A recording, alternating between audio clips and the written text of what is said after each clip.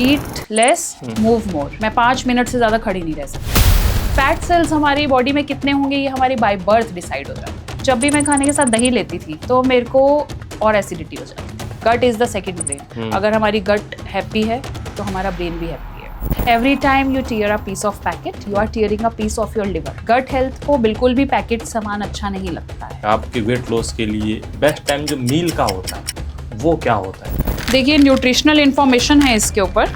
Energy 579.6 kilo calorie 100 grams, इतने में हमारी 2 मील्स हो जाती है। आपने देखा होगा छोटा मैगी मसाला का पाउडर, मैजिक मसाला, तो वो यही मैजिक करता है कि वेट गेन करेगा आपका।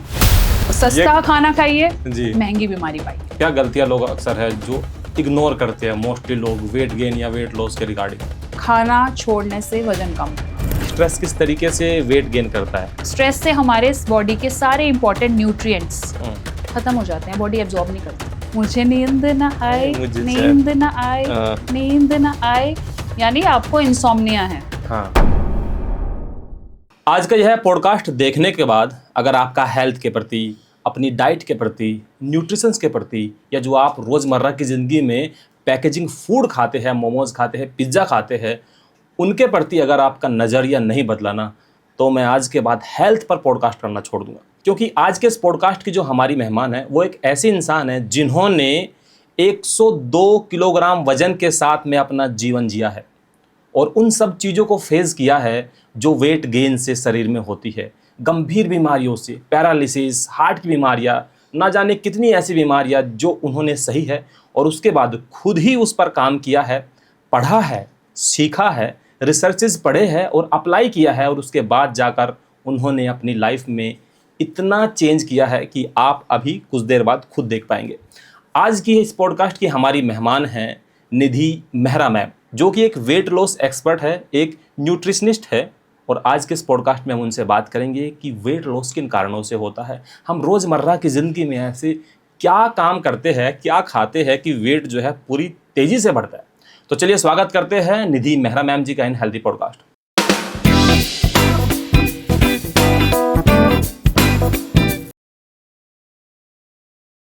बहुत बहुत स्वागत है मैम आपका हेल्दी पॉडकास्ट में। Thank you for having me.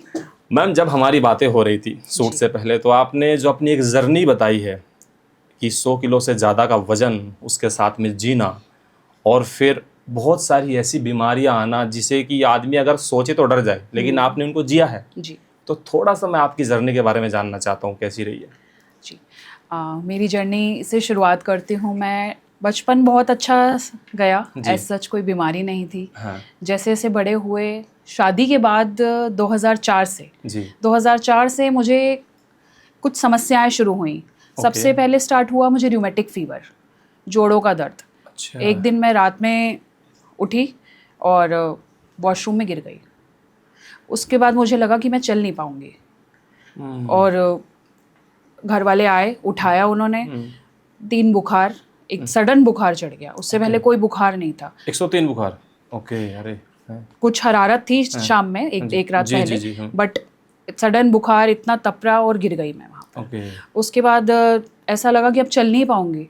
Check करवाया, ब्लड टेस्ट हुए, ASO टाइटर और टेस्ट होते हैं इसी से रिलेटेड, रूमेटिक से रिलेटेड, तो उसमें आया रूमेटिक फीवर।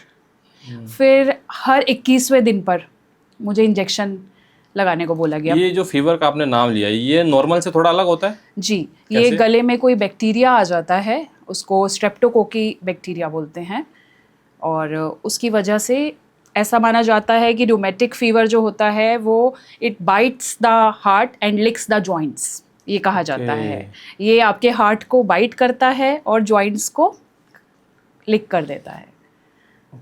उसकी वजह से जोड़ों में बहुत दर्द रहने लगा। ऐसा लग जैसे कि किसी को फ्रैक्चर या लिगामेंट टियर में होता है। उसके बाद वो सब किया, उसका ट्रीटमेंट था हर 21 डे पे पेनिसिलिन के इंजेक्शन लगाए जाएंगे। वो हुआ, काफ़ी पेनफुल था, लेकिन एवरी 21 डे पे जो इंजेक्शन लगता था उसके 3 दिन तक दर्द बहुत रहता था। धीरे धीरे उसका वो ट्रीटमेंट चलता रहा। उसके बाद मुझे हार्ट प्रॉब्लम, क्योंकि उसने हार्ट पे असर करना ही था। मॉडरेट MR निकला, मिट्रल रिगटेशन। इसमें क्या होता है? हार्ट की वॉल्व में कुछ लीकेज होता है। ओके हार्ट जब पंप ब्लड प्रॉपर बॉडी में करता है जी। उसकी जगह वो बैक करने लगता है। ओके तो उसका मेडिकेशन अगेन स्टार्ट हुआ, ब्लड थिनर्स स्टार्ट हुए, दिन में 4-4 5-5 ब्लड थिनर्स लेना रहता था। ओके फिर रूमेटिक फीवर हुआ, उसके बाद हार्ट की प्रॉब्लम हुई, जॉइंट पेन्स तो पहले से चल ही रहे जी थे, जी जी पेनिसिलिन के इंजेक्शन स्टार्ट हुए, इसी की कंटिन्यूटी में ब्लड प्रेशर हाई रहने लगा। सीरीज ऑफ डिजीजेस मेरे साथ लगभग चली हैं। ओके उसकी मेडिकेशन चली, फिर उसके बाद प्रेगनेंसी टाइम आया, ओके वो बहुत हाई रिस्क प्रेगनेंसी थी। प्री टर्म डिलीवरी हुई अरे कितने महीने 8th मंथ में, ओके प्री टर्म डिलीवरी हुई। जी जी क्योंकि इतनी सारी मेडिसिन से वैसे ही न्यूट्रिशन डेफिशिएंसी बहुत हो गई हो थी जाती बॉडी है। में, और एसिडिटी बहुत ज़्यादा होती थी, हाइपर एसिडिटी। ओके उसके बाद मुझे ये सब, उसके बाद माइग्रेन रहने लगा, उसके बाद डिप्रेशन के माइल्ड सिम्टम्स आए, ऐसा लगता था कि कभी ठीक ही नहीं होंगी। आज इस डॉक्टर पे जाना है, कल दूसरे डॉक्टर पे जाना है, परसों कार्डियोलॉजिस्ट पे जाना है, फिर फिजिशियन पे जाना है, फिर न्यूरोलॉजिस्ट पे जाना है, क्योंकि डिप्रेशन का भी ट्रीटमेंट स्टार्ट हो गया था साथ में। ओके क्योंकि डिप्रेशन इसलिए हो रहा था क्योंकि हम समझ नहीं पा रहे थे कि इतनी सीरीज ऑफ ये कौन सा दिन आएगा मेरी लाइफ में जब मैं पूरी तरह से ठीक हो जाऊंगी, कौन सा दिन आएगा जब मैं कोई दवा नहीं खाऊंगी, क्योंकि मेरे लिए वो सब बहुत नया था, और वो कॉन्टिन्यूटी में एक के बाद बढ़ता गया, और एलोपैथिक मेडिसिन भी उसके साथ साथ बढ़ती गई। डिप्रेशन हो गया, उसके बाद 2 साल उसका ट्रीटमेंट चला, प्रेगनेंसी बहुत हाई रिस्क हुई, सिजेरियन हुआ, सिजेरियन डिलीवरी हुई। फिर उसके बाद हुआ मुझे ब्रेन स्ट्रोक अरे 2013 में। ओके ब्रेन स्ट्रोक हुआ काफ़ी, और उसमें मुझे सेरेब्रम में 3 क्लॉट्स आए थे, लेफ़्ट साइड पैरालिसिस हो गया था, 1 साल बेड पे थी, बिल्कुल जैसे हो जाते हैं सारे सिम्टम्स, मुंह टेढ़ा हो जाना, जी जी लेफ़्ट साइड चल ना पाना। तब मैंने एहसास पहली बार हुआ कि एक पानी का गिलास लेने में भी कितनी एनर्जी हमारी यूज़ होती है, क्योंकि जब आप चल नहीं सकते, आप एक कप लेकर पानी का, चाय का पकड़ के पी नहीं सकते, इतनी एनर्जी नहीं थी। जो भी लेफ्ट हाथ से मैं उठाती थी सब गिर जाता था, लेफ्ट कोऑर्डिनेशन पूरा ख़त्म हो गया था। उसमें मुझे 1 ईयर बेड रेस्ट रहा, और इन सब सीरीज़ में उसके बाद रिकवरी स्टार्ट हुई। मेरा न्यूरोलॉजी में काफ़ी ट्रीटमेंट भी चला, और सीटी स्कैन्स और MRIs रेगुलर होते थे।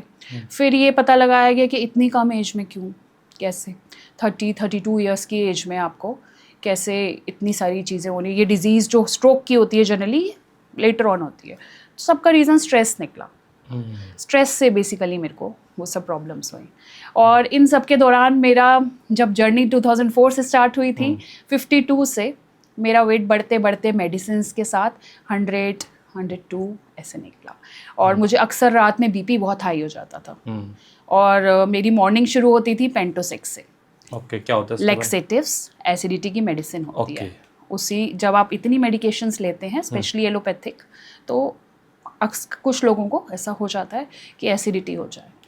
तो मुझे हाइपर एसिडिटी हो गई थी, एसिड रिफ्लक्स होता था मुझे बहुत ज़्यादा, जैसे रात में सो रहे हैं जी वो अभी कुछ साल पहले की बात है, कुछ सालों ओके ओके उसमें मैं रात में सोते सोते सडन मेरे को सांस बंद हो जाता था मेरा, ऐसा लगता था कि बस अब अगला सांस आएगा ही नहीं, जैसे किसी को अस्थमा अटैक में होता, ऐसे ऐसे ऊपर ऊपर नीचे सांस होता था। घर वाले एकदम दौड़ते थे, एक कोई हक कर रहा है, कोई पीठ पे थपथपा रहा है, और मुझे भी मैं ऐसा लगता था कि मेरी अगली सांस नहीं आएगी अब, और पानी वानी देके थोड़ी देर में नॉर्मल होता था फिर मैं, और ऐसा अक्सर सोते सोते होता था। तो उसका भी मैंने ENT से भी ट्रीटमेंट करवाया, तो किसी ने बताया गले में कुछ दिक्कत हो सकती है, ENT से ट्रीटमेंट चला, तो उन्होंने कुछ कैमरा गले में डाल के उससे पिक्चर लिया, तो बताया गले में काफ़ी दिक्कत है, उसकी मेडिसिन्स ली। लेकिन उसकी मेडिसिन से मेरे को एक प्रॉब्लम और हो गई, फर्स्ट डोज से ही मुझे 2 दिन यूरिन पास नहीं हुआ, 48 घंटे कोई यूरिन नहीं पास हुआ, और सेंसेशन हुई, जो मेरे लिए बहुत अजीब सी बात थी। और मैं अब इस स्टेज पे पहुंच गई थी कि मैं एक छोटी छोटी बॉडी सिम्टम्स को भी बहुत सीरियसली लेने लगी थी, क्योंकि मुझे नहीं पता था आपको कौन सी अगली बीमारी में तब्दील हो जाए, बदल जाए उसमें। जी। तो उसके बाद मैंने ऑटोमेटिकली मुझे लगा कि नहीं, ये मेडिसिन मुझे नहीं सूट कर रही है। मैंने दोबारा नहीं गई हूँ डॉक्टर के पास, मैंने उसको बंद किया, मैंने अपने डॉक्टर चेंज करे, ठीक है, क्योंकि उससे मुझे बहुत डिस्कम्फर्ट हुआ था। वो टर्निंग पॉइंट एक क्या था जिससे कि आपको लगा कि यार अब ये जो है ना मुझे खुद ही बदलना चाहिए, क्योंकि ये तो एक के बाद एक बीमारी हो रही है, एक खत्म नहीं हो रही, दूसरी सामने खड़ी हो रही। टर्निंग पॉइंट यहीं से था। ओके। फिर इसके बाद एसिड रिफ्लक्स मुझे अक्सर रात में हुआ करता था। हाँ। मुझे बाद में दूसरे डॉक्टर पे गई तो उन्होंने बताया आपको एसिड रिफ्लक्स की परेशानी है। वो इसीलिए होता है क्योंकि आप देर से खाना खाती हैं रात में। 10-11 बजे अगर हम डिनर कर रहे हैं, उसको डाइजेशन का टाइम नहीं मिल रहा है और ऑलरेडी बॉडी में मेडिकेशंस की वजह से बहुत हीट है। तो ऐसे ही एक रात को मेरी तबीयत बहुत ख़राब हुई, एसिड रिफ्लक्स ही हुआ और मुझे अक्सर रात में हॉस्पिटल में जाना पड़ता था इमरजेंसी में। तो उस रात भी मैं इमरजेंसी में गई तो चेक करा। सबसे पहले उन्होंने वहाँ पर वेट चेक किया। जनरली नाइट में इतना नहीं होता था, बट उस रात हुआ कि स्टैट्स ले लीजिए, डॉक्टर साहब आ रहे हैं। तो स्टैट्स लिया इतना, तो उसमें आया मेरा 100+ वेट। तो मुझे यकीन नहीं हुआ। एक तो वैसे ही तबीयत बहुत खराब थी और उस टाइम बीपी भी हाई हो गया था, घबराहट बहुत हो जाती थी मुझे, क्योंकि लगता था अब कौन सी बीमारी आएगी, हरदम लगता था अब क्या नया, अब क्या नया। क्योंकि इतना मन डर चुका था इतनी सारी बीमारियां झेल के। तो उसके मैंने बोला आपकी मशीन खराब है। बोले मैम हम सालों से इसी मशीन से कर रहे हैं, आपका है इतना वेट। मुझे पता था वेट बढ़ रहा है, लोग बोलते थे काफी वजन बढ़ रहा है, मोटी हो रही हो, ये हो रहा है, लेकिन 100 हो जाएगा। लेकिन माइंड में इतना नहीं था। 52 था ना मेरा पहले वेट। तो माइंड में था कि ठीक है बढ़ गया होगा। ऐसे ही बोल रहे होंगे, बट इतना हो जाएगा ये नहीं पता था। 100 फिर उन्होंने बोला आप दोबारा करिए। हॉस्पिटल में मैंने दोबारा किया, सेम वेट आया। वो था मेरी लाइफ का टर्निंग पॉइंट। उसके बाद मैंने घर आके ठान लिया मन में कि नहीं, अब मुझे इसको बैक ले जाना है, अब ये कुछ ज़्यादा ही हो गया। और उसके साथ साथ मुझे बैक पेन भी स्टार्ट हो चुका था वेट की वजह से। मैं 5 मिनट से ज़्यादा खड़ी नहीं रह सकती थी।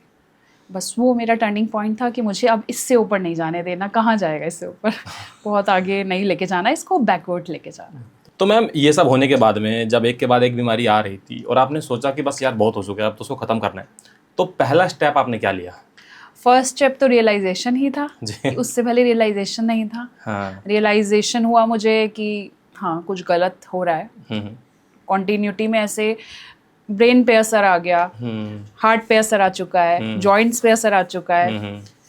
तो मोस्टली बड़े मेजर ऑर्गन्स तो डिस्टर्ब ही हो गए। बिल्कुल बिल्कुल, ठीक है। और वेट भी अब गेन हो गया है। तो रियलाइजेशन था फर्स्ट स्टेप। फिर उसके बाद रिसर्च स्टार्ट की कि कैसे ठीक कर सकते हैं, कैसे नहीं ठीक कर सकते हैं। कुछ डाइटिशियंस को कांटेक्ट किया मैंने, जो अक्सर हम लोग करते हैं जब भी हमारे माइंड में वेट का आता है। सबसे फर्स्ट डाइट ही आती थी, डाइटिशियन। तो कुछ डाइटिशियंस के डाइट लिए, कुछ टाइम डाइट करा। जब तक मैं डाइट करती थी तब तक ठीक रहता था। जब मैं डाइट छोड़ देती थी फिर शुरू वापस से वेट गेन। अच्छा। जब तक डाइट किया उनके डाइट्स अपने लिए पे करा, जैसे ही डाइट छोड़ा वापस वेट गेन। डाइट लिया, फिर डाइटिशियन चेंज, ऐसे कई डाइटिशियन से मैंने डाइट लिया। और ये योयो इफेक्ट काइंड ऑफ चलता रहता था। जितने दिन डाइट खाया, 4 मंथ्स, 6 मंथ्स, 1 ईयर ठीक रहा, फिर अपना वापस। जैसे ही छोड़ा आप कभी तो छोड़ोगे, एवरी टाइम तो आप पे नहीं करोगे ना, आपको अपनी लाइफ में ओवरऑल चेंजेस करना है। तो वो डाइटिशियंस को कांटेक्ट करा, लेकिन वो मेरा सक्सेस नहीं होता था। क्योंकि सेल्फ पूरी तरह से नॉलेज नहीं थी, अवेयरनेस नहीं थी, रियलाइजेशन हो चुकी थी, बट उसको स्टार्ट कैसे करना है ये नहीं पता था। तो पहली चीज़ आपको ये क्या पकड़ में आई कि यार मुझे लगता है सबसे पहली और सबसे बड़ी इन सभी चीज़ों में से ये सबसे बड़ी बीमारी है, या इसलिए सबसे बड़ा कॉज है जो मैं अक्सर मेरे साथ हो रहा है, मैं इस पर ध्यान नहीं दे रही हूँ? क्या लगा आपको, वो क्या था? उसको लैक ऑफ अवेयरनेस कह सकते हैं। और अपने ऊपर वर्क ना करना। हम लेडीज अक्सर अपने आप को प्रायोरिटी नहीं देती हैं। हम पति के लिए खाना बना देंगे, बच्चों के लिए खाना बना देंगे, और यदि जिस दिन घर में कोई नहीं है तो हम खाना ही नहीं खाएंगे। बिल्कुल बिल्कुल। और अक्सर ऐसा होता है अपने लिए क्या बनाना, सेल्फ प्रायोरिटी ना करना, वो मेरी सबसे बड़ी ड्रॉबैक रहा, ऐसा मुझे लगता है। जो भी जर्नी रही है इसमें, जब आप इन चीज़ों को समझने लगी, रिसर्च करने लगी, तो सबसे ज़्यादा जो सरप्राइजिंग फैक्टर थे जो गेन के लिए मतलब जिम्मेदार थे, वो क्या थे? सबसे ज़्यादा सरप्राइजिंग फैक्टर तो मेरा ये था कि मेरे पास अभी क्लाइंट्स भी आते हैं। मैं खुद भी न्यूट्रिशनिस्ट हूँ, तो मेरे पास क्लाइंट्स आते हैं। बहुत सारी लड़कियां ऐसी आती हैं जो बोलती हैं कि मैम हमारा वेट कम हो जाएगा ना, आप कम करा दीजिए, 8 मंथ्स में मेरी शादी है, 8 मंथ्स बाद। हाँ। तो पेन और वेन कहूँगी मैं इसको, पेन एंड वेनिटी। जी कुछ लोग आते हैं वेनिटी रीजन से आते हैं। जी। वेनिटी मीन्स उनको आउटर लुक अपनी ठीक रखनी है, और पेन होता है कि हमें कहीं पेन हो गया, हमारे ऑर्गन्स डिस्टर्ब हो रहे हैं।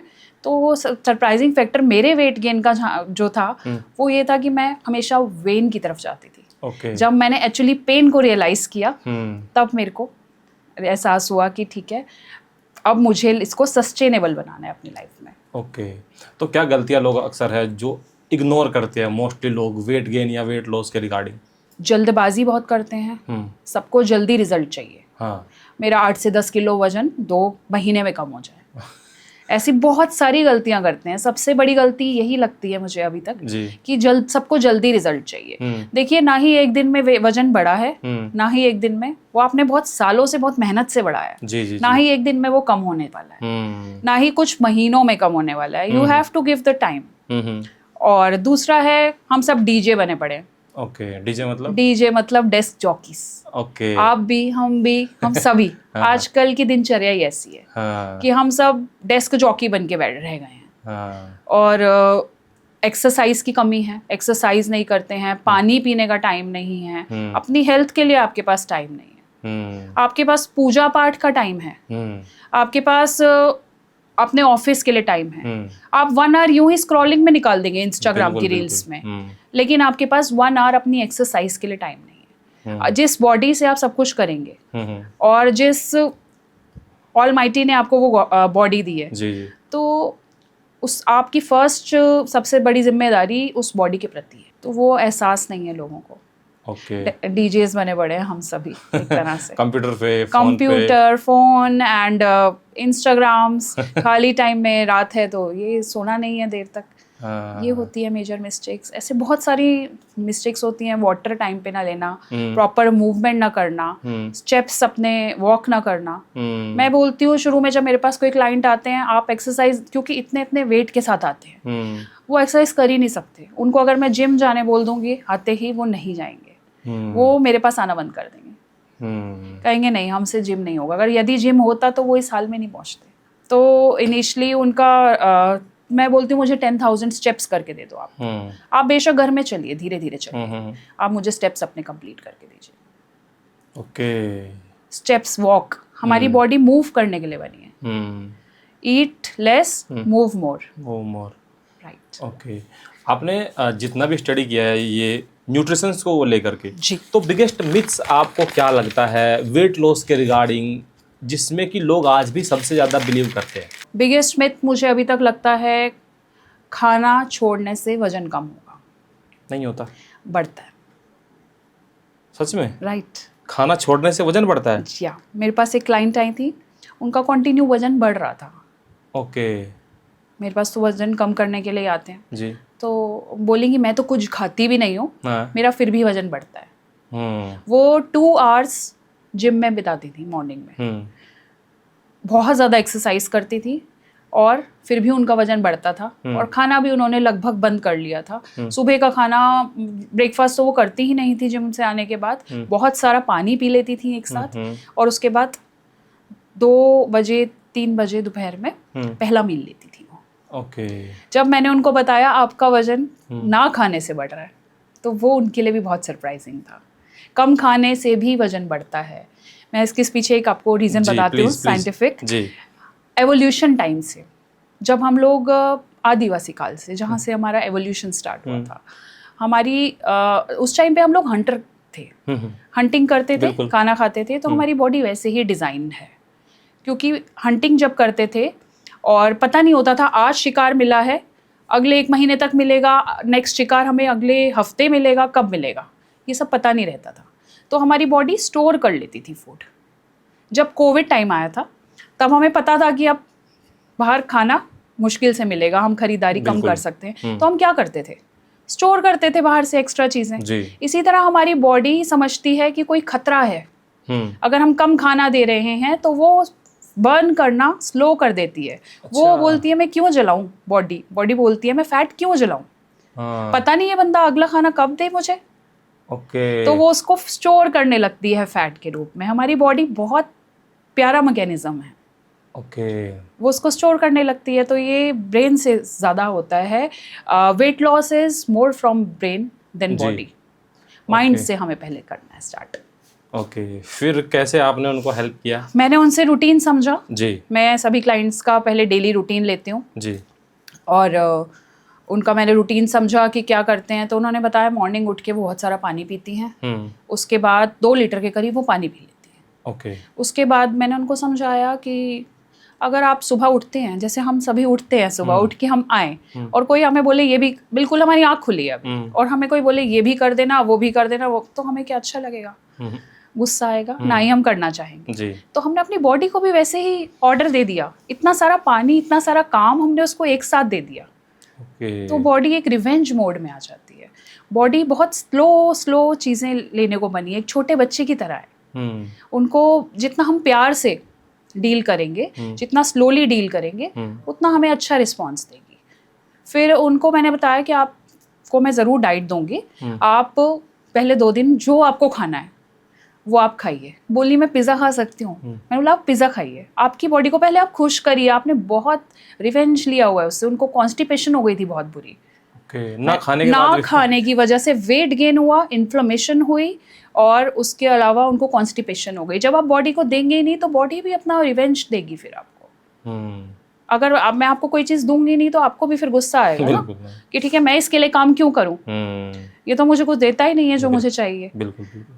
तो ये फिर उन्होंने कहा मैं पास्ता भी खा सकती हूँ। मैंने कहा जो आपका मन कर रहा है आप 2 दिन खाइए, उसके बाद मैं आपको डाइट दूंगी। आप पहले अपनी बॉडी हमारी खुश होगी तब वो हमें वो रिस्पॉन्स देगी जो हम चाहते हैं। ओके। फिर उन्होंने लिया, फिर उसके बाद हमने उनका प्लान स्टार्ट किया। उनको विद इन अ वीक उनका वेट लॉस तो फर्स्ट डे से ही स्टार्ट हो गया था। मेरे जनरली सभी क्लाइंट्स का वेट लॉस स्केल पर नेक्स्ट डे ही आता है। ऐसा कैसे पॉसिबल हो सकता है कि अगले दिन, मतलब आज मैंने अगर आप मेरी diet word to word follow करेंगे, आप भी लेके देख सकते हैं, आपका स्केल पे इफेक्ट नेक्स्ट डे आएगा, ऑर्गन्स पे और इंटरनल हेल्थ पे। आफ्टर 3 to 4 मंथ्स आप ब्लड टेस्ट करवा लीजिएगा, आपको विजिबल इफेक्ट आएगा। ओके। ये स्टडीज का फायदा है ना, ऐसा हो सकता है अगर राइट स्टडी, राइट टाइम पे, और right quantity, right proportion, timings. हम सर्केडियन रिदम को फॉलो करते हैं। हाँ। सर्केडियन रिदम मतलब हमारे एंसेस्टर्स टाइम पे हम सूर्यास्त के बाद खाना नहीं खाते थे, नहीं खाते थे पहले ज़माने में। तो वो चीज़ें काफ़ी हद तक सही थी। सूर्यास्त के बाद हमारा जो पाचन तंत्र होता है वो स्लो डाउन हो जाता है। उसका काम ख़त्म है। सोने तक हमें 4 से 5 घंटे चाहिए। आज बोलते हैं 2 घंटे पहले खाना खाइए आज के रूटीन के अकॉर्डिंग, बट हमें 4 से 5 घंटे चाहिए अपनी बॉडी को डाइजेशन प्रोसेस में लेने के लिए। ओके। उनका कॉन्स्टिपेशन भी ठीक हुआ, उनका वेट लॉस भी हुआ। फर्स्ट वीक में उनका 4 kg वेट लॉस हो गया। ओके जी, फर्स्ट वीक में, क्योंकि वो वर्कआउट भी करती थी। हाँ। तो उनका ऑलरेडी सपोर्टेड था।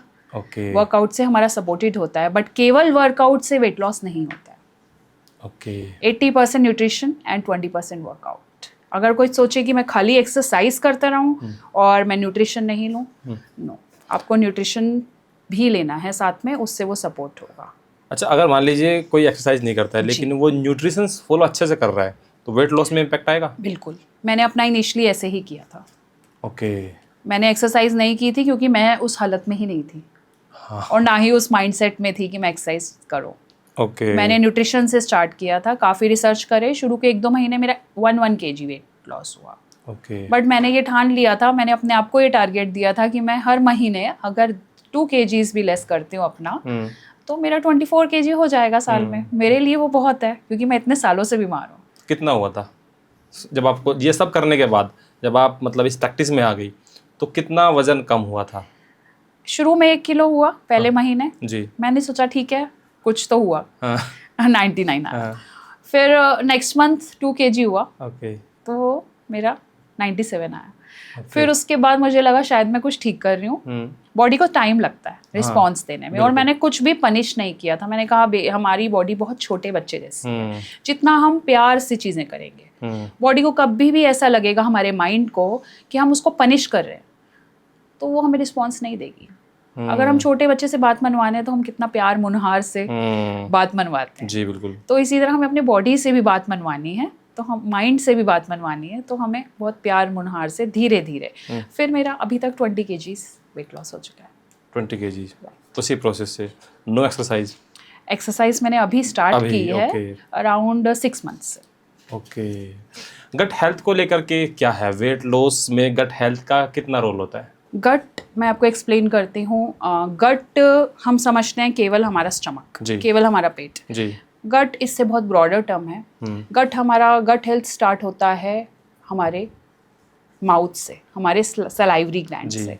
उसके बाद हमारा ईसोफेगस, और जो हमारी खाने की नली है, और उसके बाद हमारे इंटेस्टाइन्स, और उसमें हमारा लिवर एंड पैंक्रियास भी आता है। ये सब कंप्लीट पैकेज हमारा गट कहलाता है।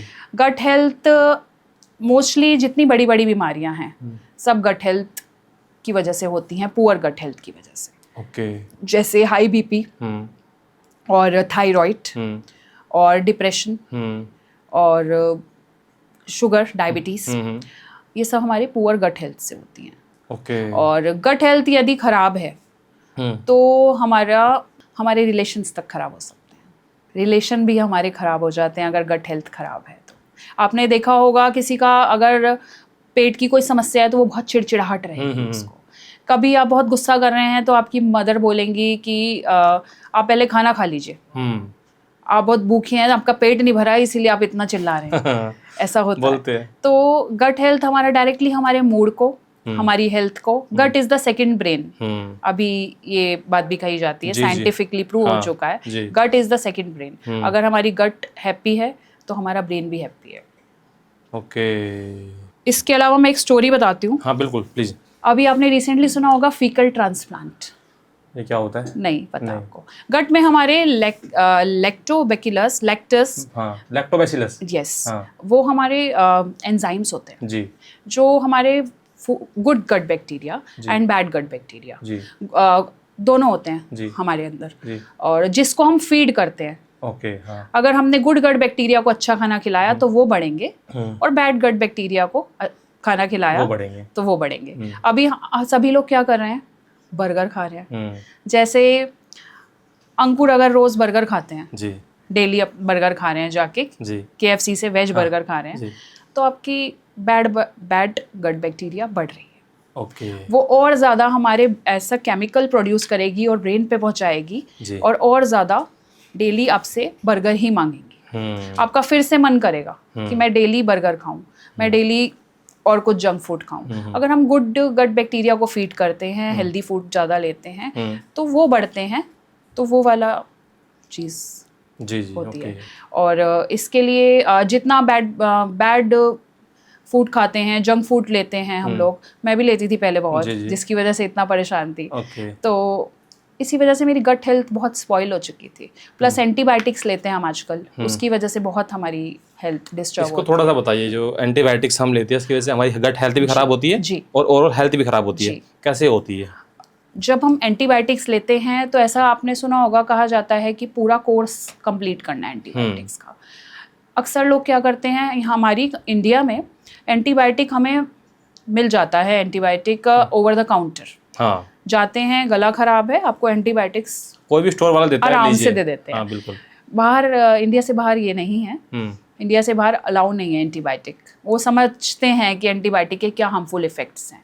अगर जनरली लोग क्या करते हैं, 5 दिन बोला जाता है उसका पूरा कोर्स करिए एंटीबायोटिक्स का, लेकिन लोग 2 दिन में मेडिसिन बोलते हैं अब मैं ठीक हो गया, अब मैं ठीक हो गई, अब मैं क्यों खाऊं दवाई। तो जब आप एंटीबायोटिक को छोड़ रहे हैं, एंटीबायोटिक हमारी गट लाइनिंग को डिस्टर्ब करती है। आपने अगर 1 डोज एंटीबायोटिक की ली, आपकी उतनी गट लाइनिंग खराब हो गई, डैमेज हुई, आपको उसके बाद उसको उतना अच्छा फूड से कंपनसेट करना पड़ेगा। और बीच में आपने एंटीबायोटिक छोड़ दी, हाँ, तो आपका बॉडी उस एंटीबायोटिक को रेजिस्टेंस हो जाएगा, जी, रेजिस्ट करेगा। नेक्स्ट टाइम अगर आप वही एंटीबायोटिक लेंगे वो काम नहीं करेगा, आपको उससे भी स्ट्रॉन्ग लेना पड़ेगा। धीरे धीरे धीरे आपकी बॉडी रेजिस्ट हो जाएगी। आपने फिर वो 2 दिन 3 दिन खाकर छोड़ दी, तो फिर से आपको उससे स्ट्रॉन्ग लेनी पड़ेगी। तो वो ऑटोमेटिकली धीरे धीरे, जो लोग ज़्यादा मेडिकेशंस पे भी रहते हैं, उनकी गट हेल्थ ऑटोमेटिकली ख़राब हो जाती है। ओके। और क्या मेडिसिन होती है एलोपैथिक में? जो मैं अभी आपको फीकल ट्रांसप्लांट के बारे में बता रही थी। हाँ। फीकल ट्रांसप्लांट होता है अभी हम उस एक साइंटिफिक मेथड है, आप सर्च भी कर सकते हैं उसको। जैसे बहुत सभी लोग आजकल जंक फूड बहुत ले रहे हैं। पहले हम लोग साल में 1 या 2 बार बाहर खाना खाने जाया करते थे, बर्थडेज हो गया, एनिवर्सरीज हो गया। अभी एक क्लिक पे आता है खाना। आज मेरा मन नहीं है खाना बनाने का, आज मैं थके हुए आई हूँ ऑफिस से, आज जो भी अलग अलग रीजंस रहते हैं, आज मूड नहीं है, आज संडे है, तो हफ्ते में 2 से 3 दिन अक्सर लोगों का बाहर खाना होता है। स्विगी है, जोमेटो है, ऐसे बहुत सारे हमारे ऑनलाइन ऐप्स हैं जो हमारे बेसिकली बेनिफिट के लिए बने हैं, बट फिर भी हम उसको मिसयूज करते हैं। ठीक है, उसको हमने अपने आलस्य के लिए प्रयोग करना स्टार्ट कर दिया है। तो जो फीकल ट्रांसप्लांट में बता रही थी, ये जंक फूड ज़्यादा खाने से गट बैक्टीरियाज बिल्कुल ख़त्म हो जाते हैं। गुड गट बैक्टीरिया बिल्कुल ख़त्म हो जाते हैं हमारी बॉडी में, और ऐसे में IBS हो जाता है, irritable bowel syndrome, extreme constipation, जो कि इंसान के रोज़मर्रा की दिनचर्या में भी बहुत भारी असर डालता है। उनको मोशन ही पास नहीं होता है, यानी 1 महीना हो जाता है, जिसकी वजह से उनका माइंड बहुत डिप्रेस्ड रहता है, वो डिप्रेशन में आ जाते हैं, सोते रहते हैं, खाना भी नहीं खा पाते हैं। तो उसके लिए एक ट्रीटमेंट निकला है फीकल ट्रांसप्लांट। एक हेल्दी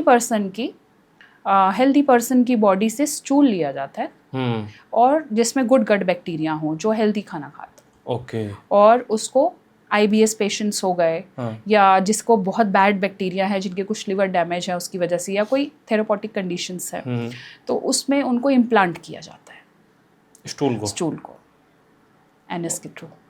ये एक साइंटिफिक प्रोसेस है और अभी ये बहुत कॉमन भी हो रहा है। लोग अपना स्टूल डोनेशन करने भी जाते हैं जिनका अच्छे गुड बैक्टीरिया है गट हेल्थ में, जी गट में। जी। अच्छा, इस पे एक सीरीज भी है ना नेटफ्लिक्स पे, गट को लेकर के, उसमें ये प्रोसेस उन्होंने बताया है। और ये एक डॉक्यूमेंट्री टाइप है, मतलब ये रियल में किया हुआ है। ऐसा नहीं है कि उसको फिल्माया गया है। उसमें क्या होता है, बहुत सारे लोग होते हैं कि अगर मुझे स्ट्रेस है तो क्यों है, तो स्ट्रेस का कारण आपके गट बैक्टीरिया है, क्योंकि आपके गट में अच्छे बैक्टीरिया की कमी है, जिसकी वजह से आप बहुत चिड़चिड़े हो रहे हैं, ये हो रहा है। तो कोई क्या करता था कि सब लोगों का स्टूल उन्होंने मंगाया, जो एक्सपर्ट्स होते थे, तो फिर टेस्ट किया, तो उसकी एक रिपोर्ट बनाई उन्होंने कि आपके गट में ये वाला नाम के साथ में ये वाले बैक्टीरिया की इतनी मतलब कम है या वो ज़्यादा है, इस वजह से आपको ये हो रहा है।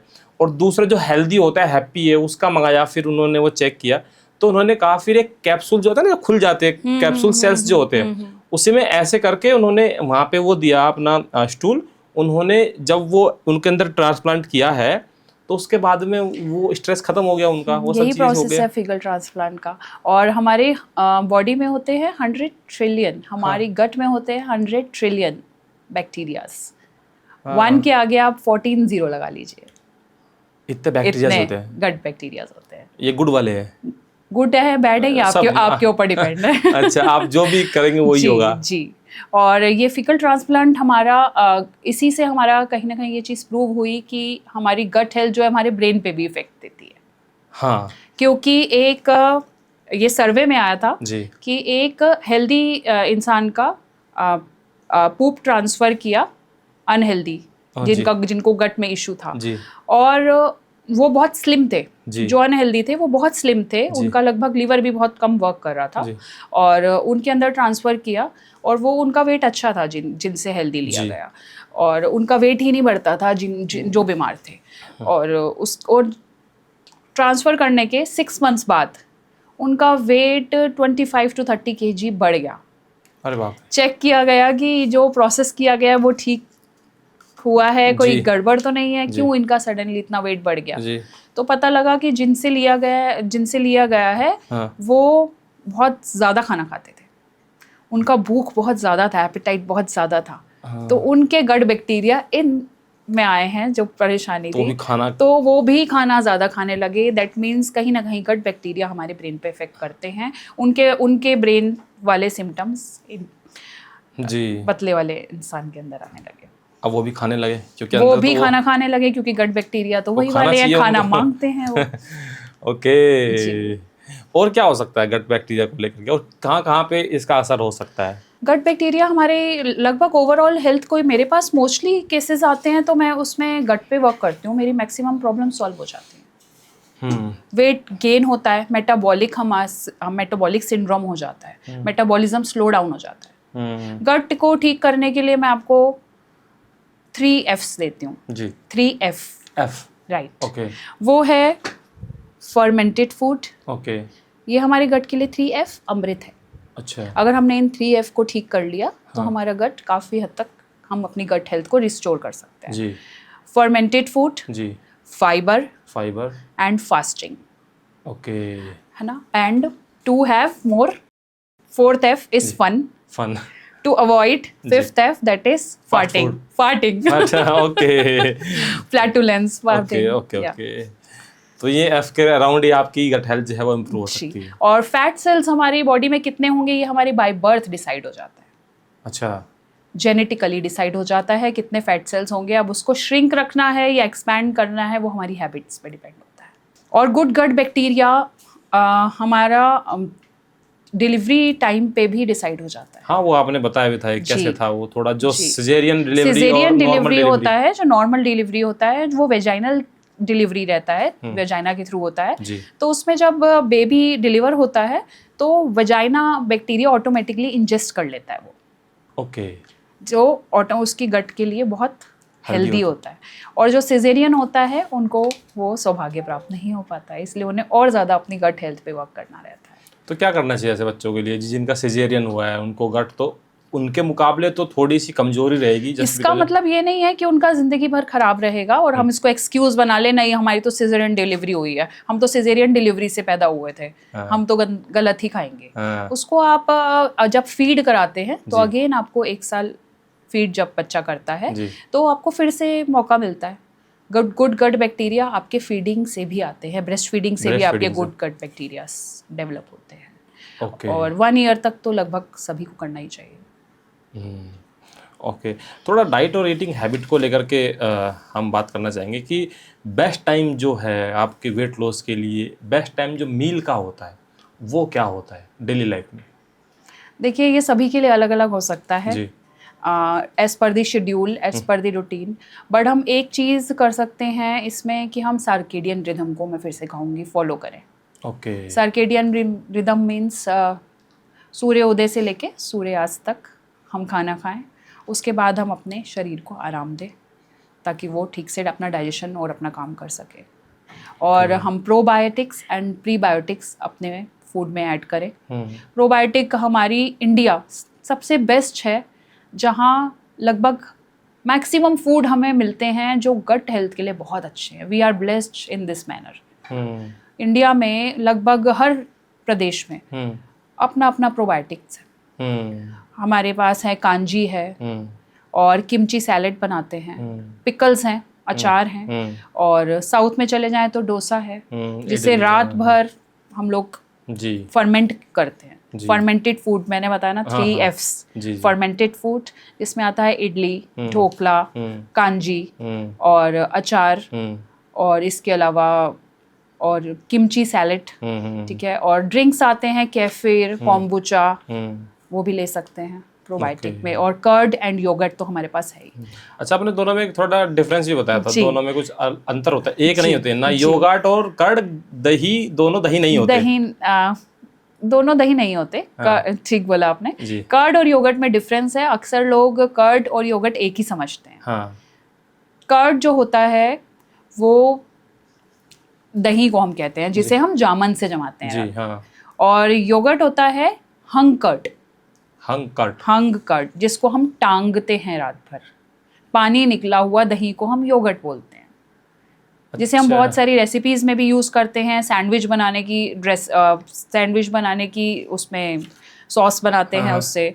और उसके अलावा हम लोग उसको श्रीखंड वगैरह बनाने में भी यूज करते हैं बहुत सारी रेसिपीज में। तो उसमें हमारी क्वालिटी प्रोबायोटिक की और अच्छी हो जाती है। दही से अगर पानी निकाल दिया जाए तो योगर्ट बन जाएगा जी। ओके। और उसे हमें रात भर टांगना है कपड़े में, मसलिन क्लॉथ, तो नीचे वो पानी टपकता रहेगा जी। और हम एक उसको ऐसे छलनी पर भी किसी बर्तन पे रख सकते हैं और उसको ढक के फ्रिज में भी रख सकते हैं।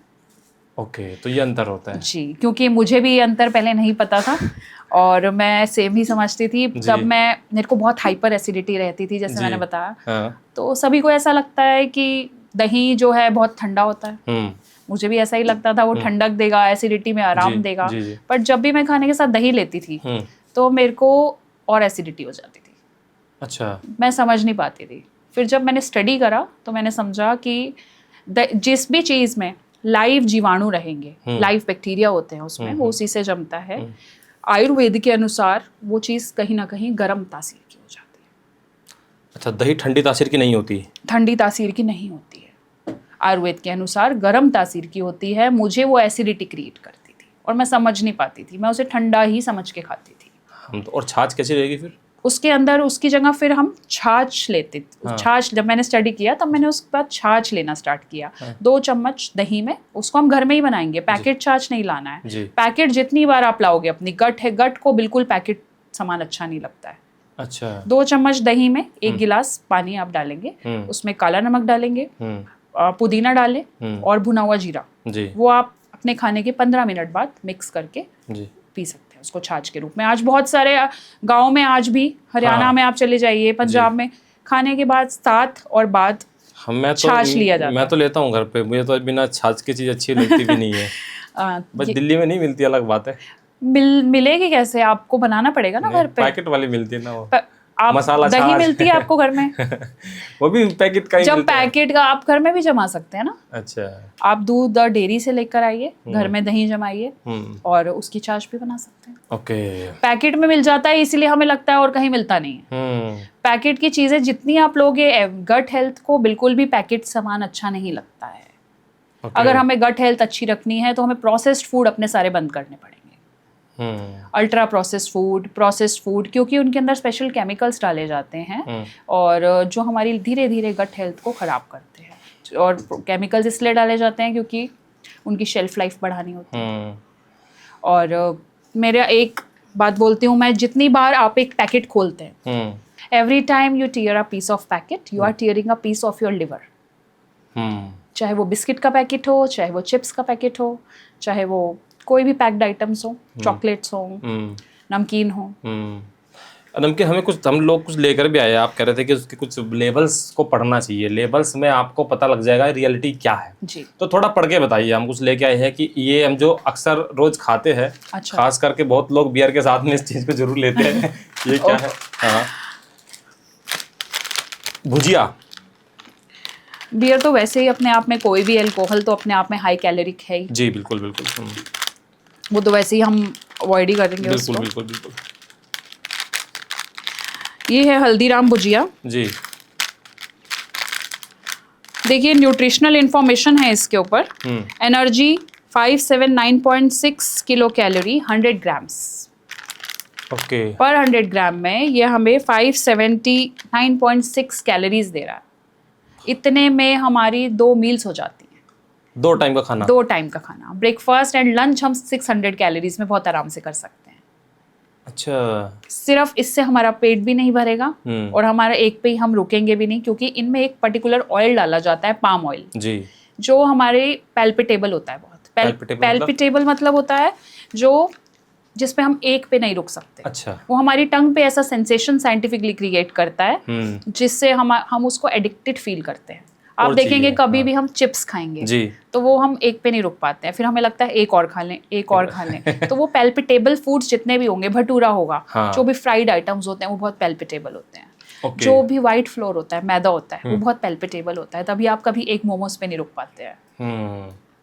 और फ्राइड मोमोज होता है तो आप और नहीं रुक पाते हैं, इसलिए सभी को नॉर्मल मोमोज से ज्यादा फ्राइड मोमोज अच्छे लगते हैं। ओके। पाम ऑयल की वजह से। Palm oil and wheat flour, कुछ पर्टिकुलर फूड होते हैं, व्हाइट फ्लावर होता है, not wheat flour, sorry, white flour, maida, वो उन सब पैल्पिटेबल फूड होते हैं। ये सब हमारे पैल्पिटेबल फूड्स हैं। इसमें हम नेक्स्ट देखते हैं sodium content, that is 754.0 mg। Sodium की हमारी बॉडी में इतनी रिक्वायरमेंट नहीं है, इट इज टू मच। हमारी 50 mg से नीचे generally 100 to maximum 100 mg requirement रहता है। 100 mg से ज़्यादा हम सोडियम नहीं ले सकते? नहीं, लेने को ले सकते हैं, लेकिन हमारे को इतना बॉडी को रिक्वायरमेंट नहीं है। ओके। टॉक्सिसिटी हो जाती है अगर हम ज़्यादा लेते हैं, हमारा थायराइड इम्बैलेंस हो जाता है। इतना हमारी बॉडी को रिक्वायरमेंट नहीं है। 100 mg प्रिस्क्राइब किया जाता है अगर आप कोई भी स्नैक ले रहे हैं। बेटर है अगर वो 50 mg के नीचे हो, और 100 mg अगर कुछ ज़्यादा आपको थोड़ा सॉल्टी और वैसे लेना है तो आप वो 100 mg के नीचे हम प्रिस्क्राइब करते हैं, जहाँ पे न्यूट्रिशनल वैल्यू 100 mg के बिलो रहे, वो एक अच्छा माना जाता है। और यहाँ पर है 754.0 mg, 754 mg, इतना जा रहा है हमारे। ओके। क्या प्रॉब्लम करता है ये हमारे ब्लड प्रेशर बढ़ा सकता है, ओके एंड डायबिटीज, ओके। और वाटर रिटेंशन, वेट तो बढ़ाएगा ही। क्यों डालते हैं फिर इसको? शेल्फ लाइफ बढ़ाने के लिए। जिस भी चीज़ में हमें शेल्फ लाइफ बढ़ानी है ताकि ये स्टोर्स में ज़्यादा दिन तक टिक सके, इनकी एक्सपायरी डेट और आगे की हो सके, उसके लिए डालते हैं। जैसे हम अचार वगैरह में भी सोडियम काफ़ी नमक डालते हैं, यूज़ करते हैं ताकि वो लंबा टिक सके, इसलिए इसमें प्रिजर्वेटिव्स के रूप में डाला जाता है। प्लस इसके अलावा हम इसमें देख सकते हैं जहाँ भी आपके इंग्रेडिएंट्स में नंबर्स होंगे जी, वो हिडन होते हैं, वो एक केमिकल्स होते हैं। नंबर्स मतलब जैसे 511, 422। ओके। ये कहाँ पे होता है? ये नीचे ऊपर देखेंगे आप, न्यूट्रिशनल इन्फॉर्मेशन है। हाँ। ठीक है, वो हम ज़्यादा बेहतर समझ पाते हैं। नॉर्मल पर्सन नीचे इंग्रेडिएंट्स देखते हैं, लेमन। इसमें टेपेरी बीन्स फ्लोर है, और ग्राउंडनट एंड राइस ब्रैन है, जिंजर पाउडर है, क्लोव, मेस, और कॉटन सीड, और कॉर्न पामोलिन। अलग अलग नामों से दिया जाता है। कॉर्न स्टार्च जो होता है वो हाई कार्बोहाइड्रेट में होता है। अच्छा, हाई कार्ब्स, HCF भी बोलते हैं उसको। और कॉर्न के साथ ये palmolein means palm oil. Okay. High carbs plus palm oil. क्या इफेक्ट करेगा? Weight gain, water retention. Okay. Pulse flour, iodise salt, spices and condiments, red chilli powder, ginger powder, clove, mace, nutmeg, and used as natural flavouring substance. Natural word use कर लेते हैं तो FSSAI के according, जो फूड organisation है, food control, उसके according अगर नेचुरल वर्ड यूज़ करा है तो काफ़ी हद तक वो प्रोडक्ट मार्केट में रेगुलेट हो सकता है। ओके। बट फ्लेवरिंग सब्सटेंसेस, तो फ्लेवरिंग भी हैं, सब्सटेंसेस भी हैं। इसमें वो नंबर वाला नहीं है जो मैं कोड बता रही हूँ, वो इनमें नहीं है, बट कुछ प्रोडक्ट्स इनमें है। जी, देखो, कुछ प्रोडक्ट्स में वो फ्लेवरिंग एजेंट्स होते हैं, डिफरेंट नंबर से यूज़ करें, जिसमें भी आपको कोड दिखे 511, 622, 855। मैं एक बिस्किट घर में आया था, कुकीज़, उसमें पढ़ा मैंने 6 से 7 थे वो। एक छोटा सा मैगी मसाला का पैकेट होता है, उसमें वो 7 कोड्स हैं इतने से में। तो वो हार्मफुल है, जो उसमें शुगर बहुत ज़्यादा है। आपने देखा होगा छोटा मैगी मसाला का पाउडर, मैजिक मसाला, तो वो यही मैजिक करता है कि वेट गेन करेगा आपका। ओके। उसके अंदर आप घर जाके देखिए यदि हो तो, उसमें 6 to 7 आपके कोड्स रहेंगे, तो एक आपको अलर्ट हो जाना है। और अगर आपको कुछ भी नहीं पढ़ना है तो मोटा मोटी एक आम आदमी को जिसको मेहनत ही नहीं करनी पड़नी, फिर भी उसको चाहते इंग्रेडिएंट देख समझे, तो वो ये देख सकता है कि जिसमें लंबी लिस्ट है इंग्रेडिएंट्स की, तो वो सही नहीं है, उसमें कुछ घपला है। जो जितना सिंपल और छोटी लिस्ट होगी इंग्रेडिएंट्स की, वो उतना बेहतर प्रोडक्ट हो सकता है। ओके। जितने ज़्यादा उसमें चीज़ें मेंशन हैं इंग्रेडिएंट्स में, उतना वो हाई रिस्क है हेल्थ के लिए। ये है डाइट क्या बोलते हैं इसको? पूरा डाइट मिक्सचर, लाइट मिक्सचर में हमारे पास सोडियम है 680.0 mg, जो हम चाह रहे हैं कि 100 के नीचे होना चाहिए। हाँ। तो हमारे यहाँ डाइट सिर्फ एक बहुत लूजली वर्ड यूज़ किया जाता है इंडिया में, पर्टिकुलरली डाइट वर्ड बहुत लूजली यूज़ किया जाता है, हेल्दी वर्ड बहुत लूजली यूज़ किया जाता है। इसमें डाइट जैसा कुछ है नहीं, आप ये खा के आराम से अपना वेट गेन कर सकते हैं। इसमें एनर्जी 520 कैलोरी है। अगेन आपका एक मील और एक स्नैक्स, 1.5 मील मान लीजिए। ओके। और एक ये छोटा सा पैकेट में इतना है जी, और इससे आपका पेट भी नहीं भरेगा, बिल्कुल नहीं भरेगा। वो तो अच्छा फूड वही है जिसमें आपको कम खाने में ज़्यादा पेट भरे, वो है फाइबर्स। फाइबर हमारी बॉडी में डाइजेस्ट नहीं होते। अच्छा, फाइबर हमारी बॉडी में डाइजेस्ट नहीं होते, फिर हम क्यों खाते हैं उसको? बैक्टीरिया के लिए। बैक्टीरिया तो हमारे अंदर ही होते हैं। नहीं, उनको अच्छा फूड मिले। गुड बैक्टीरिया को? वो इसीलिए खाते हैं क्योंकि हमारी इंटेस्टाइन्स क्लीन करता है, वो खुद डाइजेस्ट नहीं होता है। फाइबर आप बहुत हाई क्वांटिटी में ले लीजिए, लेकिन यदि आप उसके साथ पानी नहीं पिएंगे तो आपका फाइबर डाइजेस्ट वैसे ही नहीं होता। पानी नहीं पिएंगे तो आपको कॉन्स्टिपेशन कर देगा वो, प्रॉपर आपकी स्टमक हेल्थ ठीक करने के लिए, गट हेल्थ ठीक करने के बजाय। तो हमें फाइबर जब भी लेना है, पानी उसके साथ लेना है, ज़्यादा से ज़्यादा डाइजेशन होता है। और दूसरी गलती लोग करते हैं, पानी कम पीते हैं, पानी नहीं पीते हैं पूरा दिन। हमारी बॉडी 70% वाटर से बनी है। बहुत बार हम हंगर और थर्स्ट उन दोनों को कंफ्यूज करते हैं। हमें लगती है प्यास जी, और हम उसको समझते हैं कि हमें भूख लगी है, हम खाने की तरफ दौड़ते हैं। तो हमेशा अपनी बॉडी को, आप सिग्नल्स को सुनिए और उसी को फॉलो कीजिए और समझिए। गट हेल्थ के लिए एक गाना मैंने बताती हूँ, प्लीज, जिसमें लगभग हमारी सभी तकलीफें जो हमें गट हेल्थ से होती हैं, मेरे पास जनरली क्लाइंट्स आते हैं। जी जी। एक हमारा 90s का ही सॉन्ग है जी, एक उसको फनी वे में मैं बताती हूँ। जी बिल्कुल। गट हेल्थ से रिलेटेड हमें क्या क्या डिजीज होती हैं और फिर जब वो डिजीज हो जाती है तब पर्सन का प्रोस्पेक्ट कैसे चेंज होता है। अच्छा, वो आपने गाना सुना होगा, मुझे नींद ना आए। हाँ बिल्कुल, बताइए जाके। मुझे चैन ना आए जी, मुझे नींद ना आए, नींद ना आए, नींद ना आए, यानी आपको इंसोम्निया है। हाँ, आपको इंसोम्निया है, आपको नींद नहीं आ रही, आप स्लीपलेसनेस है आपको रात को। मुझे चैन ना आए, चैन गट हेल्थ खराब है आपकी, मुझे चैन ना आए, एंग्जाइटी आपको, क्योंकि आपकी गट हेल्थ बहुत ज्यादा खराब है। उसके बाद है कोई जाए जरा ढूंढ के लाए, न जाने कहाँ दिल खो गया। दिल खो गया आपका कोलेस्ट्रॉल के नीचे, ट्राइग्लिसराइड्स बढ़ रहे हैं, क्योंकि अगेन आपकी गट हेल्थ खराब है। उसके बाद है हालत क्या है कैसे तुझे बताऊं मैं, कॉन्स्टिपेशन है आपको। हालत क्या है कैसे तुझे बताऊं मैं, कॉन्स्टिपेशन। करवट बदल बदल के रात बिताऊं मैं, क्योंकि आपने लेट खाना खाया, आपको डाइजेशन नहीं हो रहा है, इनडाइजेशन हो रहा है, इसलिए आप करवट बदल बदल के रात बिता रहे हैं अपनी। उसके बाद पूछो जरा पूछो क्या हाल है, हाल मेरा बेहाल। बेहाल है क्योंकि आप बहुत मोटे हो चुके हैं, ओबेसिटी हो गई है आपको, तो हाल आपका बेहाल ही होगा। उसके बाद बैक पेन भी होगा आपको। कोई समझ ना पाए क्या रोग सताए, कोई जाए जरा ढूंढ के लाए। समझ ही नहीं पा रहे हैं आप, आपका ब्रेन भी वर्क नहीं कर रहा है क्योंकि आपकी गट हेल्थ इफेक्ट हो गई है। आपको ब्रेन फॉग हो गई है, कंफ्यूजन हो गई है। हमने बताया ही है कि गट हेल्थ ब्रेन से रिलेटेड है, तो फिर समझ ही नहीं पा रहे आप। उसके बाद है आफ्टर इफेक्ट, सफरिंग। इन सब के बाद बंदे को यदि हार्ट डिजीज होती है, ठीक है, जो आजकल हम बहुत छोटी उम्र में सुन रहे हैं, हार्ट अटैक हो गया, तो उसके बाद जब उसको थोड़ी सी अवेयरनेस आती है तब वो क्या कहता है हॉस्पिटल में, हो गया स्टेंट वगैरह डल गया है, भगवान की कृपा से बच गए हैं वो, फिर वो कहते हैं जान से भी प्यारा मुझको मेरा दिल है। अब वो समझ गया, यदि ये पहले समझ लेते तो ये हाल नहीं होता इनका। सही में। क्योंकि वो भुजिया बहुत खा रहे थे, क्योंकि वो पैकेट फूड्स बहुत खा रहे थे। बिल्कुल। इसके बिना एक पल भी जीना मुश्किल है, ये हॉस्पिटल में गाने हैं, ठीक है।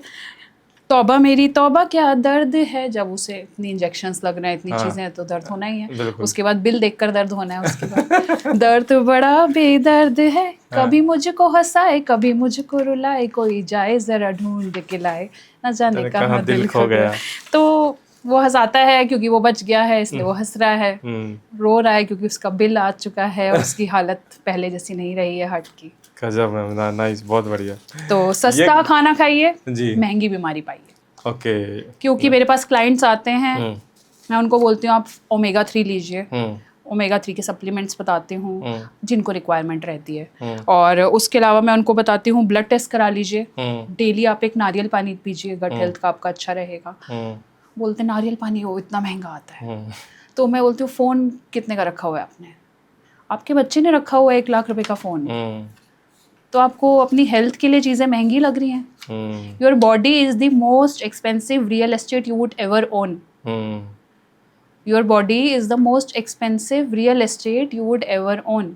आप दूसरा घर ले सकते हैं, आप दूसरी गाड़ी ले सकते हैं, एक बार को आप पति या पत्नी भी दूसरा ले सकते हैं, खुद की बॉडी नहीं ले सकते, लेकिन आप बॉडी को रेंट आउट नहीं कर सकते। आप बॉडी को दूसरा नहीं ले सकते। एक ही बॉडी मिली है, वो आपका सबसे महंगा रियल एस्टेट है। तो आप सस्ते खाने खाइए, महंगी बीमारियां पाइए।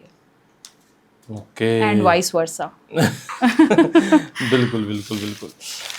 ये इसके बारे में थोड़ा सा, जो हम डाइट की बातें कर रहे हैं जी कि डाइट कोक के बारे में थोड़ा बताइए, जी। क्योंकि अक्सर ये इसको बनाया ही इसलिए है कि ये डाइट है, इससे आपका शुगर नहीं बढ़ेगा, इससे आपका वजन नहीं बढ़ेगा। देखिए, जितना भी चीज़ आप डाइट पढ़ें, डाइट कोक, डाइट सैंडविच या शुगर फ्री, उसमें डाइट वर्ड लिखा है, इसका मतलब ये नहीं है वो फैट फ्री है।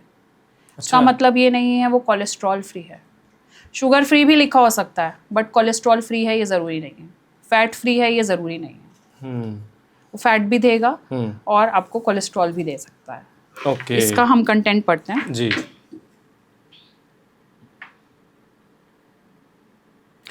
कार्बोनेटेड वाटर अपने आप में आपका वेट गेन करता है, अपने आप उसमें कार्बोहाइड्रेट, कार्बन, तो अपने आप आपका कार्बोहाइड्रेट तो सभी को पता ही है, वेट गेन में काफ़ी हेल्प करता है। जी। और एसिडिटी रेगुलेटर्स जो मैं आपको कोड बोल रही थी वो यहाँ पर है। अच्छा, okay 1 2 3 4 and sweeteners, okay. 951 and 950, preservative 211, caffeine 10 mg, हाँ। एंड उसके अलावा आपका है एसिडिटी रेगुलेटर्स 338 एंड 33 देखिए, मैं आपको बता रही थी कि जिस भी चीज़ में हमारे पास कोड्स हैं ऐसे, हाँ। कंपनीज बहुत स्मार्ट हो गई हैं, वो ऐसे कोड्स लिखती हैं, वो केमिकल के कोड्स होते हैं और सारे हाँ। कोड्स हम नहीं पढ़ सकते क्योंकि वो कुछ और केमिकल मिला के कुछ और कोड्स लगा देंगे। कैफीन 10 mg, हाँ लिखा तो होगा। जहाँ भी आपका कोड्स आ गए तो आपको वहीं अलर्ट हो जाना है, वो कहीं ना कहीं हेल्थ के लिए अच्छा नहीं है। ओके, तो डाइट कोक मतलब डाइट नहीं है। इससे अच्छा आप नॉर्मल कोक पी लीजिए। अच्छा। जी, अगर आपको कोक ही पीना है तो, और बेटर है अगर आप वेट लॉस जर्नी पे हैं तो और अपनी हेल्थ के प्रति सीरियस हैं तो किसी भी तरह की कार्बोनेटेड ड्रिंक या फिर फिज वाली ड्रिंक वो अवॉइड करिए। पैकेट आइटम्स हैं, ये भी पैक्ड आइटम्स हैं, इनकी शेल्फ लाइफ बढ़ाने के लिए उनको डालना ही रहता है, कुछ ना कुछ ऐसा उसमें ऐड करना रहता है जो हेल्थ के लिए हमारे अच्छा नहीं होता है। फ्रेश फूड खाइए, आप नारियल पानी लीजिए, छाछ लीजिए, नींबू पानी घर पे ले सकते हैं, गोंद कतीरा वाटर ले सकते हैं समर्स है तो। गोंद कतीरे का क्या फ़ायदा होता है? गोंद कतीरा काफ़ी ठंडे प्रकृति का रहता है। ओके, तासीर ठंडी होती है। तासीर उसकी ठंडी रहती है तो हमारे को काफ़ी अच्छा फाइबर देता है। फाइबर अगेन हमारी गट हेल्थ के लिए अच्छा होता है। उसको 7 से 8 टुकड़ी, वो मिश्री जैसा दिखता है ब्राउन कलर में, आप आधे गिलास पानी में रात में 7 से 8 टुकड़ी डिप करके भिगो के रख सकते हैं और मॉर्निंग में वो बिल्कुल ऐसा दिखेगा जैसे वो बर्फ जैसा हो गया। फिर आप उसको उसके अंदर हाफ ग्लास वाटर और ऐड करके, चाहे उसमें नींबू डालिए, हल्की सी आप हनी अगर आप चाहते हैं तो, वैसे ना ही डाले तो अच्छा है, और साथ में पुदीना पाउडर या पुदीना की पत्ती और साथ में भुना जीरा, तो आप आफ्टरनून में 12 बजे मिड मॉर्निंग ड्रिंक के रूप में ले सकते हैं। पिया है मैंने कई बार। फायदा देता है, ठंडक देता है और फाइबर और गट हेल्थ रिस्टोर करता है। जैसे मैंने बताया गट हेल्थ में फाइबर हेल्प करता है। तो मैम हम लोग बातें कर रहे थे वाटर को लेकर के भी कि हम लोग जो पानी पीने का हमको अभी तक भी कोई सही तरीका नहीं पता है जी। लेकिन अगर आप सही तरीके से पानी पियेंगे तो उससे भी एक तो आपकी बॉडी तो हाइड्रेट होगी ही और वेट लॉस भी काफ़ी तेज़ी से होगा। जी। कैसे पीना चाहिए पानी? पानी पीने का एक, ये आपको गूगल पे भी नहीं मिलेगा आंसर, आप गूगल पे सर्च करिए, आपको मिलेगा 8 to 14 glasses water is ideal. हाँ, पर जो मैं बताने जा रही हूँ वो आपको गूगल पे भी नहीं मिलेगा। वो है साइंटिफिक वे जो हम अपनी टेक्स्ट बुक्स और न्यूट्रिशन की स्टडी में पढ़ते हैं जी। वो है 35 ml जी into your body weight multiply by your body weight. आप बताइए कितना हुआ? ओके, 35 ml जी multiply by your body weight, इतना पानी पीना है। ओके। और ये क्वांटिटी सबके लिए बदल सकती है। ओके। अगर यदि अप्रैल से जून जुलाई तक जी अलग रहेगा जी, और उसके बाद अक्टूबर सर्दियों में अलग रहेगा इंडिया में जी, और यही न्यूजीलैंड में अलग रहेगा मौसम के अनुरूप। मुंबई में ये पानी हम 500 ml और से 1 लीटर तक कम या बढ़ा सकते हैं। प्लस हमारे वर्कलोड पे डिपेंड होता है, फिजिकल एक्टिविटी, अगर कोई जिम ट्रेनर है या फिर स्पोर्ट्स पर्सन है तो उनके रिक्वायरमेंट ऑटोमेटिकली 1.5 लीटर हम इसमें ऐड कर देते हैं फिजिकल एक्टिविटी के बेस पे। ओके। और ये वाटर ड्रिंकिंग का मैंने आपको फॉर्मूला बता दिया है, ये अपने अकॉर्डिंग देखना है। 35 ml in multiply by your ideal body wait, not your current body weight. Okay. और ये थेरापॉटिक यानी जो कोई डिजीजेस से रिलेटेड हैं उनके लिए बिल्कुल डिफरेंट रहेगा। किडनी पेशेंट्स होंगे तो उनको इतना पानी नहीं दिया जाता है। कैंसर पेशेंट्स हैं, कुछ मेडिकेशंस पे हैं, ये जनरल लोगों के लिए है। और थेरेपॉटिक में चेंज हो जाता है, किडनी पेशेंट्स को इतना ज़्यादा पानी नहीं दिया जाता, उनको बहुत कंट्रोल्ड अमाउंट में पानी दिया जाता है। ओके अच्छा, एक ये बातें बोलते हैं ना कि खाने के साथ में पानी नहीं पीना चाहिए या खाने के तुरंत बाद नहीं पीना चाहिए जी, उसमें थोड़ा सा क्या आप बताएंगी? उसका लॉजिक है आयुर्वेदा के अनुसार भी है और उसमें साइंटिफिक रीज़न भी है हमारे पास कि जैसे ही हम खाना खाते हैं, ये सभी को पता है, हमारी अग्नि बढ़ती है जी। हमें अक्सर खाने के बाद बहुत स्लीपी फील होता है, सोने का मन करता है, शरीर में थोड़ी सी गर्माहट भी फील होती है, उसकी वजह से नींद भी आती है। तो हमारी अग्नि तत्व बढ़ता है खाना, पेट की जठराग्नि भी बोलते हैं उसको, वो अग्नि बढ़ती है जो खाने को पचाने में मदद करती है। वो बॉडी का एक मैकेनिज्म है सभी के साथ। यदि हम उसमें पानी पी लिए साथ में तो वो शांत हो जाएगी और खाना हमारा सड़ेगा, डाइजेस्ट नहीं होगा। अग्नि डाइजेशन में बढ़ा रही है अपने आप को, आपने अग्नि पे पानी डाला तो क्या होगा? ओके, बुझ जाएगी तो वो खाना सड़ेगा, फिर आपकी गट हेल्थ खराब होगी फिर उसके बाद आपकी सारी सीरीज ऑफ प्रॉब्लम होंगी। बिल्कुल। अच्छा, वेट लॉस के लिए एक सबसे बड़ी टर्म निकल के सामने आती है, अक्सर जो वायरल भी रहती है इंटरनेट पे, वो है इंटरमिटेंट फास्टिंग जो होती है। जी, ये वाकई में काम करती है? काम करती है पर सभी पर नहीं करती है। अच्छा। जो भी डाइट और न्यूट्रिशन है वो हर किसी के लिए अलग है। सब लोगों का रीजन मैटर करता है, इसमें रूटीन मैटर करता है, आप किस प्रदेश से आते हैं, आपकी क्या आदतें हैं, आपकी क्या मेडिकल हिस्ट्री रही है। इसको हम आंतरायिक फास्टिंग, आंतरायिक उपवास भी कहते हैं। इंटरमिटेंट फास्टिंग को अंतराल के बीच में जो होता है आंतरायिक उपवास। और इसमें होता है 2 विंडोज होती हैं, 16:8 एंड 12:12। ओके। ये फैट्स कुछ टाइम में निकल जाते हैं। Fats means fancy diets. ये कुछ टाइम में कुछ फेमस होते हैं और लोग इसको जस्ट यूट्यूब से देखते हैं या कहीं से गूगल से देखा कि अच्छा आजकल ये बहुत चल रहा है, ये करके देखते हैं intermittent fasting. But intermittent fasting हर किसी के लिए नहीं होती है। ओके। यदि किसी को आयुर्वेदा के अनुसार पित्त प्रवृत्ति है, जिसमें अग्नि बहुत ज़्यादा रहता है, फायर एलिमेंट रहता है, उसको एसिडिटी बहुत होगी, तो उसके लिए इंटरमिटेंट फास्टिंग सूटेबल नहीं है। उसको क्या करना चाहिए? उससे अपनी डाइट को ठीक रखना चाहिए, समय समय पे खाना चाहिए, स्मॉल मील्स लेने चाहिए रेगुलर इंटरवल्स पे, और बहुत ज़्यादा गैप 2 फूड में नहीं लेना चाहिए। और इंटरमिटेंट फास्टिंग में आपको समझाती हूँ, 16:8, 16 आवर्स का आपका फास्टिंग जी एंड 8 आवर्स का आपका ईटिंग विंडो। ओके। लोग इसमें भी गलत मतलब समझ लेते हैं। फास्टिंग विंडो जितना इम्पोर्टेंट है, ईटिंग विंडो भी उतना ही इम्पोर्टेंट है। ओके। 8 घंटे जो आपने बोला ये विंडो, मतलब इस 8 घंटे आपको खाना है। इस 8 घंटे में अपने 2 से 3 मील आप ले लीजिए। उसके बाद 16 घंटे आप उपवास पे रहिए, जिसमें आपकी सोने का समय भी आ जाता है। ओके। 16 घंटे आप उपवास में रहेंगे। और 8 लोग सोचते हैं कि 16 घंटे यदि हमने उपवास कर लिया है, पानी ले सकते हैं उसमें, आप लिक्विड ले सकते हैं, और दूध चाहे जनरली हम अवॉइड करते हैं उसमें, और सोचते हैं 8 घंटे में हम कुछ भी खा सकते हैं क्योंकि हम 16 घंटे का उपवास कर रहे हैं।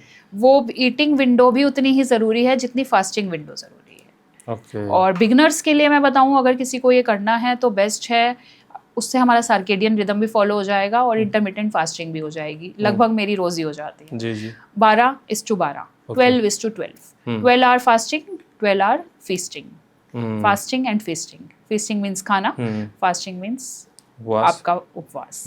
और 12 आवर्स में आप आज शाम को 7:30 बजे अपना डिनर कर लीजिए और अगली सुबह 7:30 बजे आप अपना ब्रेकफास्ट कर सकते हैं उठ के।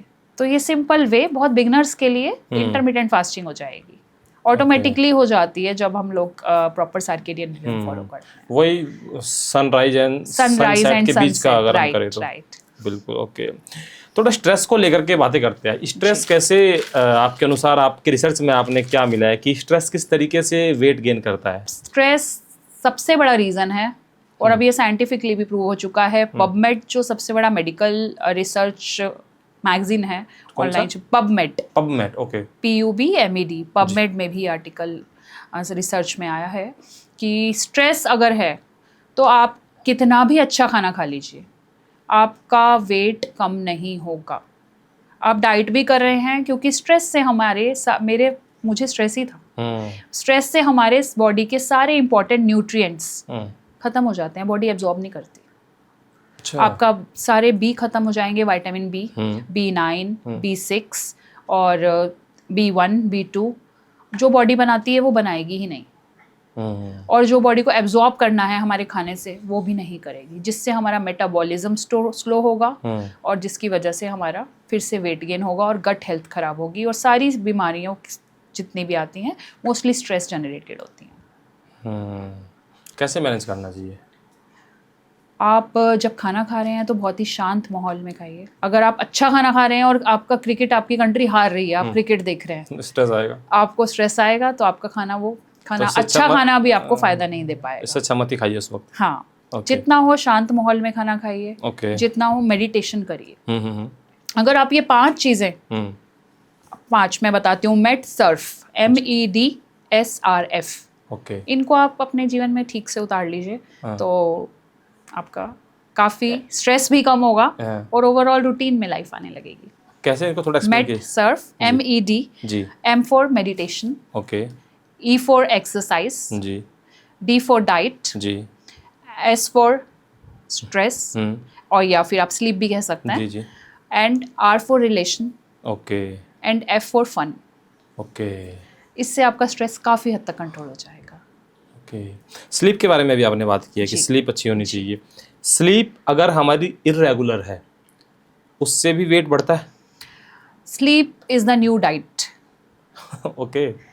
Sleep is the new diet. कोई भी डाइट हमारे बॉडी में तभी इफेक्ट देगी अच्छा अगर हम उसको रिकवरी टाइम भी उतना ही देंगे। बॉडी को रिकवरी टाइम चाहिए होता है जो हमें स्लीप से मिलता है। और डाइजेशन टाइम हमारा होता है रात के 10 बजे से 2 बजे तक। हाई कॉर्टिसोल होता है। जनरली कोई डाइटिशियन अपने यहाँ पे इंडिया में अभी इतना वो टेस्ट नहीं करवाते, बट मैं जनरली अपने क्लाइंट का सबसे पहला टेस्ट करवाती हूँ कॉर्टिसोल का। कॉर्टिसोल हार्मोन होता है स्ट्रेस हार्मोन। ठीक है, अगर हमारा स्ट्रेस हार्मोन बड़ा होगा तो ऑटोमेटिकली स्लीप भी हमारी इफेक्ट होगी। स्लीप अभी हमें बहुत चिंता होती है तो हमें नींद नहीं आती। हाँ, बिल्कुल नहीं आती। तो स्लीप इफेक्ट होगी तो वेट गेन होगा। मैंने खुद पे आजमाया है क्योंकि मैं डेली अपना ट्रैक कर रही थी वेट। डेली मेरे पास डेली पिछले 5 से 6 महीने का डेली का वेट लिखा हुआ है। तो जिस दिन मेरी नींद 4 से 5 घंटे की होती थी मेरा weight 500 to 700 grams next day बड़ा होता था। जिस दिन पूरी 8 से 9 घंटे की होती थी तो उस दिन मेरा वेट कम होता था। तो अगर यदि स्लीप डिस्टर्ब होगी तो बॉडी को रिकवरी टाइम नहीं मिलेगा। बॉडी दिन भर हमारी मेहनत करती है, एनर्जी हमारी कंज्यूम होती है, तो उसको रिकवरी टाइम भी उतना ही चाहिए। इसीलिए बोलते हैं sleep is the new diet. आप कितना अच्छा डाइट ले रहे हैं, अगर आपने नींद आपकी पूरी नहीं हो रही तो वेट कम नहीं होगा, वेट लूज नहीं होगा आपका। तो 8 घंटे जैसे बोलते कि 8 घंटे की नींद आपको लेनी चाहिए, ये ठीक है या फिर ऊपर नीचे हो सकता है? एज के अकॉर्डिंग भी कम हो जाती है। ओके। जैसे अगर छोटे बच्चे हैं तो उनकी बहुत ज़्यादा नींद रहती है 12 से 15 घंटे। जी जी जी, हाँ। एज के अकॉर्डिंग स्लीप रहती है। जैसे अगर कोई ओल्ड एज है, 60 प्लस हैं, तो 5 to 6 hours is enough for them. 20s to 40s के बीच में है तो उनको 8 आवर्स का स्लीप मस्ट है। फिर जैसे जैसे एज बढ़ती है नेचुरल प्रोसेस से भी हमारा नींद कम होती है। ओके। अच्छा, अभी आपने एक बात बोला कि हमारी बॉडी जब बच्चा होती है इसको थोड़ा सा प्यार व्यार से फुसला के आप इससे काम लीजिए जी। आपको जो मन है उस वक्त आप खा लीजिए, कोई प्रॉब्लम नहीं है। लेकिन जो इमोशनल ईटिंग होती है या फिर क्रेविंग वाली जब चीज़ें उभरने लगती है बॉडी में, तो वो तो वेट लॉस में एक डिफ़िकल्टीज है ना, उससे कैसे निपटा जाए? बॉडी से ज़्यादा हमारा माइंड एक छोटे बच्चे की तरह होता है, ये कहा मैंने। हमारा माइंड एक छोटे बच्चे की तरह होता है, उसको हमें बहला फुसला के काम करना पड़ता है। अगर माइंड हमने कंट्रोल कर लिया तो बॉडी ऑटोमेटिकली कंट्रोल होती है। जहाँ तक रहा सवाल क्रेविंग्स का, क्रेविंग्स मोस्टली तब होती हैं जब कोई ना कोई न्यूट्रिशनल डेफिशिएंसी होती है हमारी बॉडी में। अच्छा। सबसे ज़्यादा यदि प्रोटीन कम है बॉडी में तो क्रेविंग्स होंगी बहुत ज़्यादा। किसी भी चीज़ की? शुगर की होगी सबसे शुगर ज़्यादा। की। अच्छा। शुगर बहुत एडिक्टिव होता है। अगर आपको शुगर की बहुत ज़्यादा क्रेविंग हो रही है तो आपका प्रोटीन की डेफिशिएंसी हो सकती है बॉडी में, आपको B12 की डेफिशिएंसी हो सकती है। कोई ना कोई डेफिशिएंसी है तभी आपकी बॉडी क्रेव कर रही है। अपनी बॉडी के किसी भी सिम्टम को इग्नोर नहीं करना है। मेरे पास क्लाइंट्स आते हैं, उनको क्रेविंग होती है। मेरी डाइट इतनी फन वे में है कि मैं क्रेविंग कोशिश करती हूँ कि होने ही ना दूँ। बीच बीच में मैंने इतनी इंटरेस्टिंग रेसिपीज दी हुई हैं कि जो मैंने बताया, जो मेरी क्लाइंट थी जो खाना नहीं खाती थी, हाँ हाँ बिल्कुल बंद कर रखा था, तो मैंने उनको और मैं खाना दिया डाइट में, कहने को वो डाइट कर रही थी, मेरे से डाइट ले रही थी, लेकिन उसमें उनको ज़्यादा खाना पड़ रहा था। वो कह रही थी इतना ज़्यादा तो मैंने खाया ही नहीं कभी, जितना मैं अब खा रही हूँ, और मेरा वेट कम हो रहा है खा के वजन कम करना इज़ माई फॉर्मूला।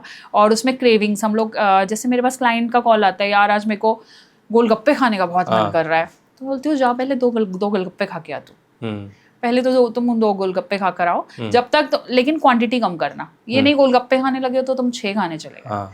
क्रेविंग को अगर मैंने कर्ब करा, उनकी बोला कि नहीं तुम्हें नहीं खाना है, तो वो मेरी डाइट छोड़ देंगे।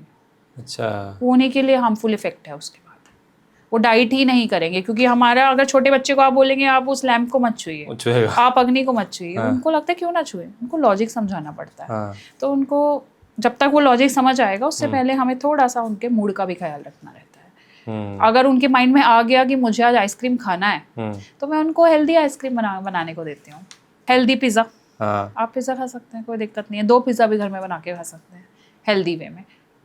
मूंग की दाल का भी आपने मूंग बताया, की दाल का हमने उसमें बेस बनाया था, प्रॉपर ऊपर वेजिटेबल्स लगाई थी, आप थोड़ा सा चीज़ भी डाल सकते हैं। चीज़ का जो होता है, चीज़ अक्सर बोलते हैं कि चीज़ बहुत मतलब इतनी हेल्दी नहीं होती है, हमने नहीं खाना चाहिए। आपने क्या होता है चीज़ को थोड़ा समझाइए। आपने वो कहावत सुनी है, आटे में नमक, नमक में आटा।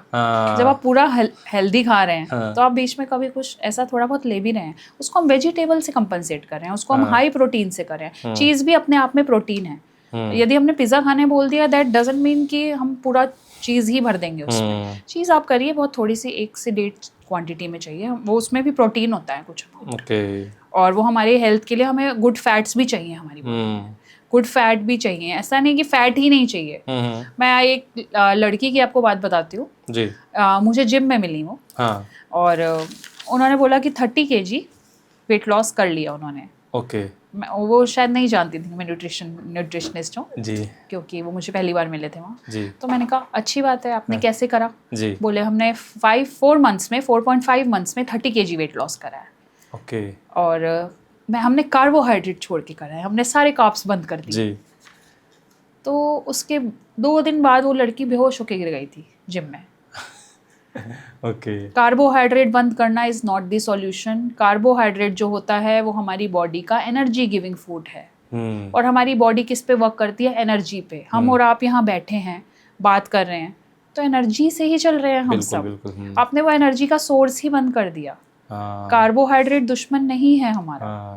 हमारी बॉडी हर खाने को ग्लूकोज में कन्वर्ट करती है जी। और हमारा ब्रेन जो 80% फूड है ग्लूकोज हमारे ब्रेन का। आपने देखा होगा कभी किसी को डायरिया हुआ, किसी को बहुत ज़्यादा वीकनेस हो गई, लो बीपी हो गया, हॉस्पिटल गए, सबसे पहले ग्लूकोज चढ़ता है। यदि कार्बोहाइड्रेट इतना ही बुरा होता तो ग्लूकोज क्यों चढ़ाएंगे हॉस्पिटल में? इसीलिए चढ़ाया जाता है कि ब्रेन डेड ना हो व्यक्ति। यदि ब्रेन डेड हो गया, उसको रिवाइव नहीं कर सकते आप। यदि हार्ट डेड हो गया है, उसका हार्ट वर्क नहीं कर रहा है, आप कुछ मिनटों तक उसको रिवाइव कर सकते हैं। ब्रेन डेड हो गया तो पर्सन इज डेड। वो इंसान ब्रेन डेड ना हो, उसका ब्रेन फूड इज ग्लूकोज, इसलिए वहां पर ग्लूकोज दिया जाता है। तो कार्बोहाइड्रेट हमारा दुश्मन नहीं है, पर हमें कब लेना है, कितनी मात्रा में लेना है और किस रूप में लेना है, क्या खाना है, कब खाना है और कितना खाना है जी। वो जरूरी है। और वो मेरे लिए अलग हो सकता है, आपके लिए अलग हो सकता है, किसी और के लिए अलग हो सकता है। वो एज, फिजिकल एक्टिविटी और मेडिकल हिस्ट्री, कंडीशंस और काफ़ी टेस्ट के ऊपर हम लोग देखते हैं। हो सकता है कोई गुजराती हो जो मेरे पास क्लाइंट के लिए आए हैं, क्लाइंट आए हैं, तो मुझे उनका टेस्ट प्रेफरेंसेस देखना रहता है। 90 to 120 मिनट्स का मैं पहले सेशन लेती हूँ, जिसमें मेडिकल हिस्ट्री रहता है। मेरे ब्रोशर में वो सारी चीज़ें मेंशन है।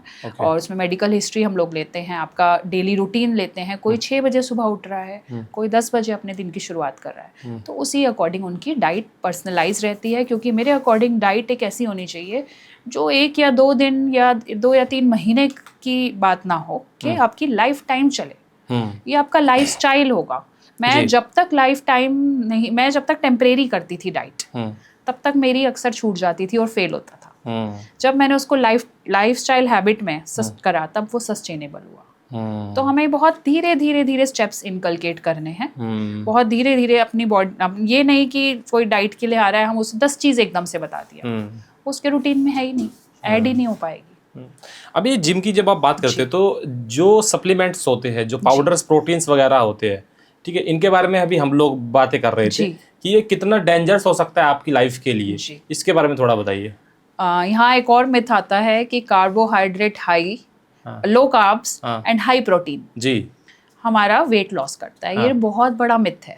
ओके। अगर आपने कार्बोहाइड्रेट कम किया तो आपको वीकनेस आने लगेगी, आप पतले जरूर हो जाएंगे। कुछ ऐसे शेक्स भी हैं, मैं कंपनी के नाम नहीं लूंगी, मैंने वो भी लिया बहुत साल, 2 से 3 साल, आप भी जान रहे होंगे वैसे शेक्स रहते हैं जी हाँ, उनके नाम में लाइफ भी आता है जी। तो वो वो बहुत ड्रेस्टिक वेट लॉस करते थे। वो मैंने 2011 और 12 में लगभग 1 साल पूरा, मेरे घर में एक पूरा उनके बॉक्सेस की दीवार बन गई थी। तो उसमें हाई प्रोटीन पाउडर दिया जाता था। प्रोटीन की बात हम कर रहे हैं। तो प्रोटीन जो है लेना ज़रूरी है शरीर के लिए, एक न्यूट्रिएंट है, बट इतना नहीं है जितना हम लोग उसको इम्पोर्टेंस देते हैं। ओके। कंप्लीट बैलेंस्ड मील बहुत ज़रूरी है जी। प्रोटीन की मैं आपको एक स्टोरी बताती हूँ। प्लीज। हम लोग जब अपना स्टडी करते थे न्यूट्रिशन का, तो हम लोग हॉस्पिटल्स विजिट करते थे, अक्सर सर्वे के लिए भी जाते थे, तो दिन भर रहना रहता था। तो वहाँ पर कार्बोहाइड्रेट की भी एक स्टोरी बताती हूँ आपको, और फिर पहले प्रोटीन की बात चल रही है तो उसकी बताती हूँ। तो एक लड़का आया, लगभग 25-26 साल की उम्र का था, और काफ़ी हैंडसम था दिखने में, और एब्स वगैरह भी उसकी अच्छी बनी हुई थी। हमें लगा जैसे वो अपनी मदर का ट्रीटमेंट कराने के लिए आया है। ओके। क्योंकि वो तो काफ़ी फिट दिख ही रहा था। तो वहाँ पे कंप्लीट ब्लड चेकअप हुआ उनका, और उसमें आया कि उनका हार्ट उनका 40% वर्क नहीं कर रहा है। अरे। एक किडनी डैमेज हो गई है, और भयंकर सर दर्द की परेशानी की वजह से वो वहाँ आया था जी, जिसकी उसको माइग्रेन भी निकला, उसका ओके डिसाइड हुआ। और तो उसका कहीं ना कहीं ऑर्गन्स पे इफेक्ट आ रहा था। पता लगा, उसकी डाइट वगैरह डिस्कस की, क्योंकि हमारे पास आते थे डाइट के लिए, डाइट डिस्कस की, तो उसमें पता लगा वो बहुत ज़्यादा प्रोटीन ले रहे, एक्सेसिव प्रोटीन, जिम करते थे और प्रोटीन के डब्बे, बहुत ज़्यादा डब्बे वो खा चुके थे। अच्छा। और कार्बोहाइड्रेट लगभग उन्होंने बंद ही कर दिया था, क्योंकि उनको एब्स बनाने के लिए अपना बॉडी फैट परसेंटेज 12% के अंडर लाना पड़ता है। आप समझ रहे हैं, बॉडी फैट परसेंटेज 12% के अंडर। बड़े बड़े स्पोर्ट्स पर्सन जैसे विराट कोहली हो गए, क्रिकेटर्स हो गए, उनका 23 से 24% के अंडर रहता है। तो जब जरूरी नहीं है जो स्लिम दिख रहा हो वो फिट भी हो। हाँ, सही बात है। तो हाई प्रोटीन हमारी किडनी को डैमेज कर सकता है। अगर हम प्रोटीन अत्यधिक मात्रा में लेंगे तो वो हमारी किडनी पे बहुत ज़्यादा असर करता है, किडनी डैमेज हो जाती है और ऑर्गन फेलियर तक हो जाते हैं। तो सभी खाना लेना है, लेकिन बैलेंस्ड मील लेना है। और प्रोटीन की RDA means recommended dietary allowance, जो बॉडी रेगुलेट करता है, वो 0.8 into our body weight. Okay. 0.8 multiply करेंगे हमारे बॉडी वेट से, आइडियल बॉडी वेट से जी। जब भी बॉडी वेट ऐसा कैलकुलेशन से बोलते हैं, उसमें आइडियल बॉडी वेट रहता है, उतना हमें प्रोटीन रिक्वायरमेंट डेली रहता है। और जो कि पहले 1 था, 1 kg into our body weight. बाकी ये फिजिकल एक्टिविटी के अकॉर्डिंग चेंज होता रहता है। जैसे किसी का बहुत हाई एक्टिव है, कोई बहुत ज़्यादा ट्रेनर है, स्पोर्ट्स पर्सन है, और इसमें स्पोर्ट्स में ही हैं जिनकी फिजिकल एक्टिविटी बहुत ज़्यादा है, तो उनका हम 1 to 1.5 grams into body weight भी कर देते हैं। कार्बोहाइड्रेट वाली स्टोरी क्या थी, जैसे आप कार्बोहाइड्रेट में ऐसा था कि जो कार्बोहाइड्रेट हमारा ब्रेन फूड होता है जी। तो ये हमने एक सर्वे में ही देखा था। एक क्रिमिनल थे जी, जो जेल में थे जी, और उनका बहुत ज़्यादा खुराफाती दिमाग था जी, ब्रेन एक्सेसिव चलता था, और इवन वहाँ भी वो चैन से नहीं बैठ रहे थे, जेल में भी। तो उनका बहुत टाइम के लिए कंट्रोल्ड मैनर में कार्बोहाइड्रेट कम किया गया, ताकि उनका दिमाग अच्छे से कम चले और वो हमारी उनकी बात माने, जो प्रोसेस है उसमें सपोर्ट करें, और माइंड स्लो चले। कंट्रोल्ड मैनर में उनका कार्ब्स बंद किया गया, ताकि उनका ब्रेन थोड़ा स्लो डाउन हो जाए। यदि किसी व्यक्ति का कार्ब हम 2 महीने तक कंप्लीट कार्ब बंद कर दें, आप जानते हैं फ्रूट्स में भी कार्बोहाइड्रेट होता है, कंप्लीट कार्बोहाइड्रेट यदि हम बंद करते हैं तो वो व्यक्ति कोमा तक में जा सकता है।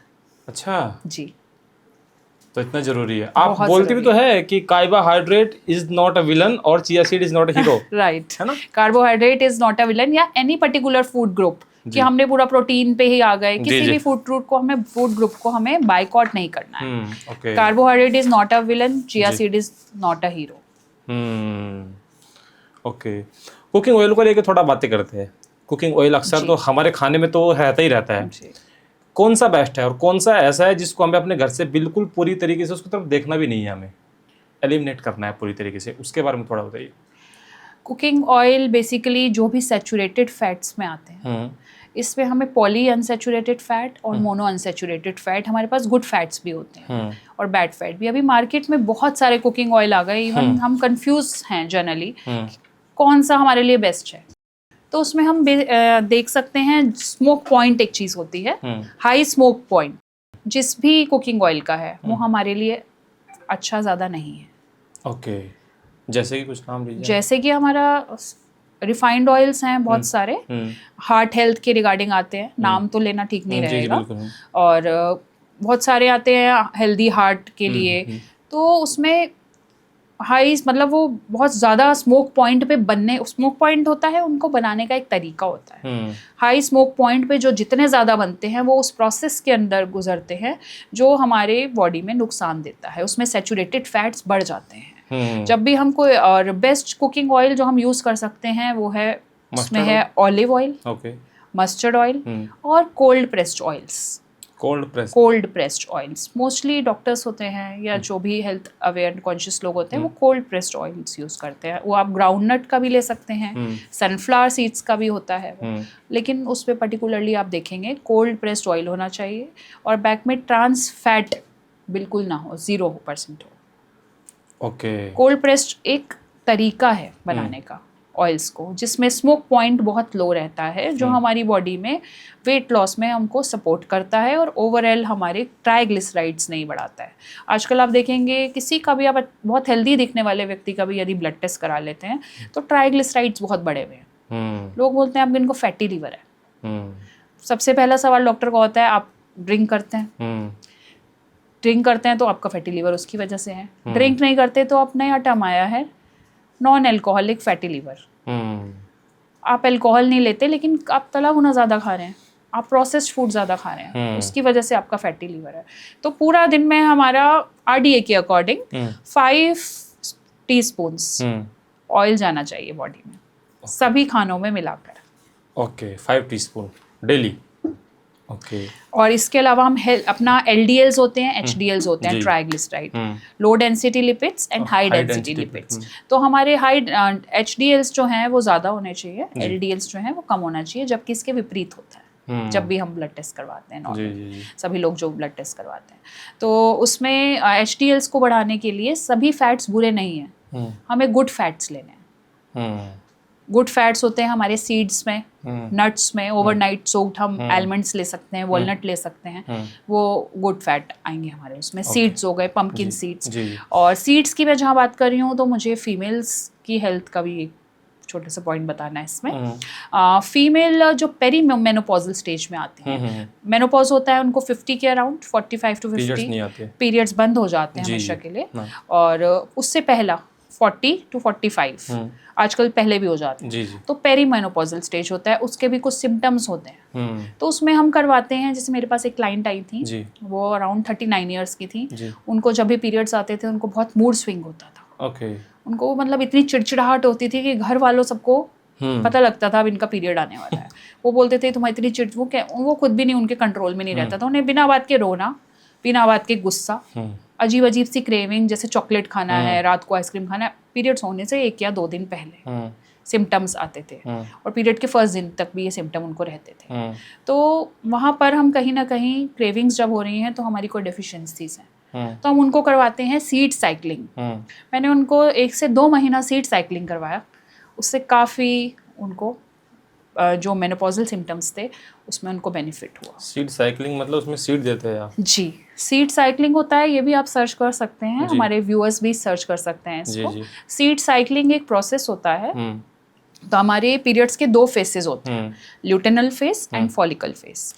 जैसे हमारा पीरियड स्टार्ट होता है, अगले 7 दिन तक पीरियड रहता है, उसके बाद वाला जो ढलने वाला पीरियड होता है उसको ल्यूटेनल फेस बोलते हैं। ओके। उसके बाद जब नेक्स्ट 14 डेज हो जाते हैं, 14 डेज से नेक्स्ट पीरियड तक आपका फॉलिकल फेज रहता है। तो ल्यूटेनल फेज में हम 2 तरह के सीड्स देते हैं। मॉर्निंग एम्प्टी स्टमक आपको वो सीड ग्राइंड फॉर्म में लेने हैं। ओके। और फॉलिकल फेस में हम अगले 2 तरह के सीड लेते हैं। ल्यूटिनल उसमें हम मॉर्निंग में अपने दिन की शुरुआत गर्म पानी से या हर्बल वाटर या जो भी अलग अलग रहता है अलग अलग पर्सन की डाइट में वो लेते हैं। उसके बाद 2 सीड्स जो ल्यूटिनल फेस में रहते हैं वो रहते हैं pumpkin seeds and flax seeds. 1 spoon आपको क्रश्ड फॉर्म में मॉर्निंग में लेना है। और फिर नेक्स्ट आपका फॉलिकल फेस में आपको लेना है 2 वाइट सीड्स जो है सेसमी सीड्स और सनफ्लावर सीड, वो भी 1 टीस्पून आपको क्रश फॉर्म में लेना है। ये होता है सीड साइक्लिंग। ये हम पीसीओडी पेशेंट को भी देते हैं। मेरे पास एक लेडी आई थी, काफ़ी सीरियस उनका कंडीशन था, क्लाइंट थी, तो उसका हम आगे जिक्र करेंगे, उनकी स्टोरी बहुत लंबी है। अच्छा, ओके। जो ब्लड टेस्ट आप कराती है, तो जिन लोगों को वेट गेन सबसे ज़्यादा है या परेशान है उससे, तो उनको कौन कौन से ब्लड टेस्ट जरूर कराने चाहिए जिससे कि पता लग सके कि मेन कॉज क्या है वेट गेन का? देखिए, मेरे पास आते हैं क्लाइंट्स, जैसे आप सबको पता है डाइटिशियन है, इन्होंने खुद वेट लॉस करा है, तो चलते फिरते बोलते हैं यार डाइट बता दे, कोई एक चीज़ पर, किसी पार्टी में गए हो जी, यार कुछ तो बता दे, कोई एक चीज़ बता दे, हम क्या खा लें। उन्हें लगता है कोई एक चीज़ खाने से हमारा वेट कम हो जाएगा। कोई भी एक चीज़ हीरो नहीं है, कोई भी चीज़ एक चीज़ विलन नहीं है, जो मैं हमेशा कहती हूँ। आपका ओवरऑल कॉम्बिनेशन मैटर करता है, आप क्या खा रहे हैं, आपकी दिनचर्या मैटर करती है, आपकी फिजिकल एक्टिविटी, एक्सरसाइज और कंप्लीट फूड मैटर करता है। ये नहीं है कि मैं आपको बता दूं आप चिया सीड खा लीजिए और आप उसके साथ आप पिज़्ज़ा खा रहे हैं और आप डिनर में मोमोज खा रहे हैं, तो वो चिया सीड वर्क नहीं करेगा ना। फिर आप चिया सीड को बुरा बोलेंगे। आप गोंद कतीरा वाटर ले रहे हैं और हाई फाइबर है, आप उसके साथ पानी नहीं ले रहे हैं, फिर आप कहेंगे गोंद कतीरा वाटर ने मेरी तबीयत खराब कर दी। तो ऐसा मुझसे लोग पूछते हैं कि एक चीज़ बता दे यार, थोड़ा बता दे। तो बोलती हूँ कि नहीं बता सकते ऐसे, चलते फिरते मैं आपको कुछ भी बता दूं आपको हार्म करा तो आप एक काम कीजिए, मेरे पास ब्लड टेस्ट करवा लीजिए। मैं 2 ब्लड टेस्ट बोलती हूँ करवाने को। एक होता है कंप्लीट बॉडी चेकअप, जिसमें हमारे पास सीबीसी आ जाता है, कंप्लीट ब्लड काउंट आता है, उसके अलावा हमारे पास आता है लिपिड, उसके अलावा हमारे पास B12 आता है, उसमें आयरन आता है, T3 T4 TSH आता है जो हमारे थायराइड लेवल्स बताता है। तो ये बेसिक टेस्ट होता है। ये आराम से हमारा 3 से 4 हज़ार में किसी भी लैब में हो जाता है। ओके। तो यदि हम एक बार में इतना रेस्टोरेंट का बिल देते हैं तो एक टेस्ट तो हम करा सकते हैं। और हर 6 महीने में 1 साल में आपको करा लेना चाहिए। कुछ लोगों के ऑफिस में कॉर्पोरेट से भी मिलती है फैसिलिटीज, तो करा सकते हैं। बट एनी हाउ मैं जब भी टेस्ट के लिए बोलती हूँ तो बहुत बार ऐसा हुआ कि जो लोग मेरे से डाइट पूछने आए थे, डाइट लिखवाने आए थे, काफ़ी सीरियस भी नज़र आ रहे थे, टेस्ट के लिए बोला वो आए नहीं वापस। ओके। डरते हैं वो। फिर मैंने पूछा कि क्यों नहीं आए हो आप, टेस्ट कहाँ है आपका जी? तो बोले कि नहीं टेस्ट नहीं कराना, कुछ निकल गया तो कुछ निकल गया तो हम है ना उसके लिए हम उसको ट्रीट करेंगे, हमें देखना है ना। तो इसमें कुछ डर रहता है, कभी कभी फाइनेंशियल रीजंस रहते हैं, कुछ डर हो जाता है कि कुछ निकला तो वो ब्रश अंडर द कारपेट वाला हिसाब है। अगर आप ब्लड टेस्ट नहीं करा रहे और आप डाइट ले रहे हो तो वो वही हिसाब हो जाएगा कि जैसे मोबाइल है बट उसमें सिम नहीं है। सही कह रहे हैं आप। मैम जाते आते मैं आपसे एक हमारी जब बातें हो रही थी तो आपने कहा था कि जो लोग ग्लूटेन की वजह से जो है बोलते हैं कि नहीं खाना चाहिए, गेहूं बहुत बेकार है, इसमें बहुत ग्लूटेन होता है जी। लेकिन एक तरफ आप कहते हैं कि ग्लूटेन है उसमें, ठीक है, लेकिन हम क्या करते हैं अब जो गूंदने का जो तरीका होता है आटे का वो बहुत गलत है। थोड़ा सा बताइए इसके बारे में। अभी कुछ टाइम से टर्म फेमस हो रही है ग्लूटेन इंटॉलरेंस जी। मैं ये नहीं बोलती कि ये नहीं होता है, कुछ केसेस में होता है और अक्सर बाय बर्थ होता है।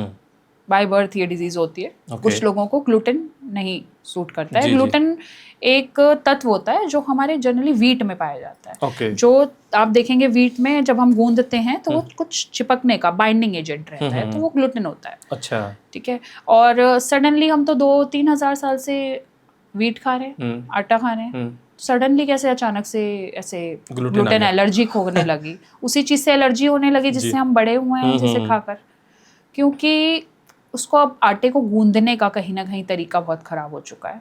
पहले हम लोग आटा गूंदते थे, हमारी मम्मियाँ दादी वो सब आटा गूंद के बहुत देर तक उसको मांडते थे।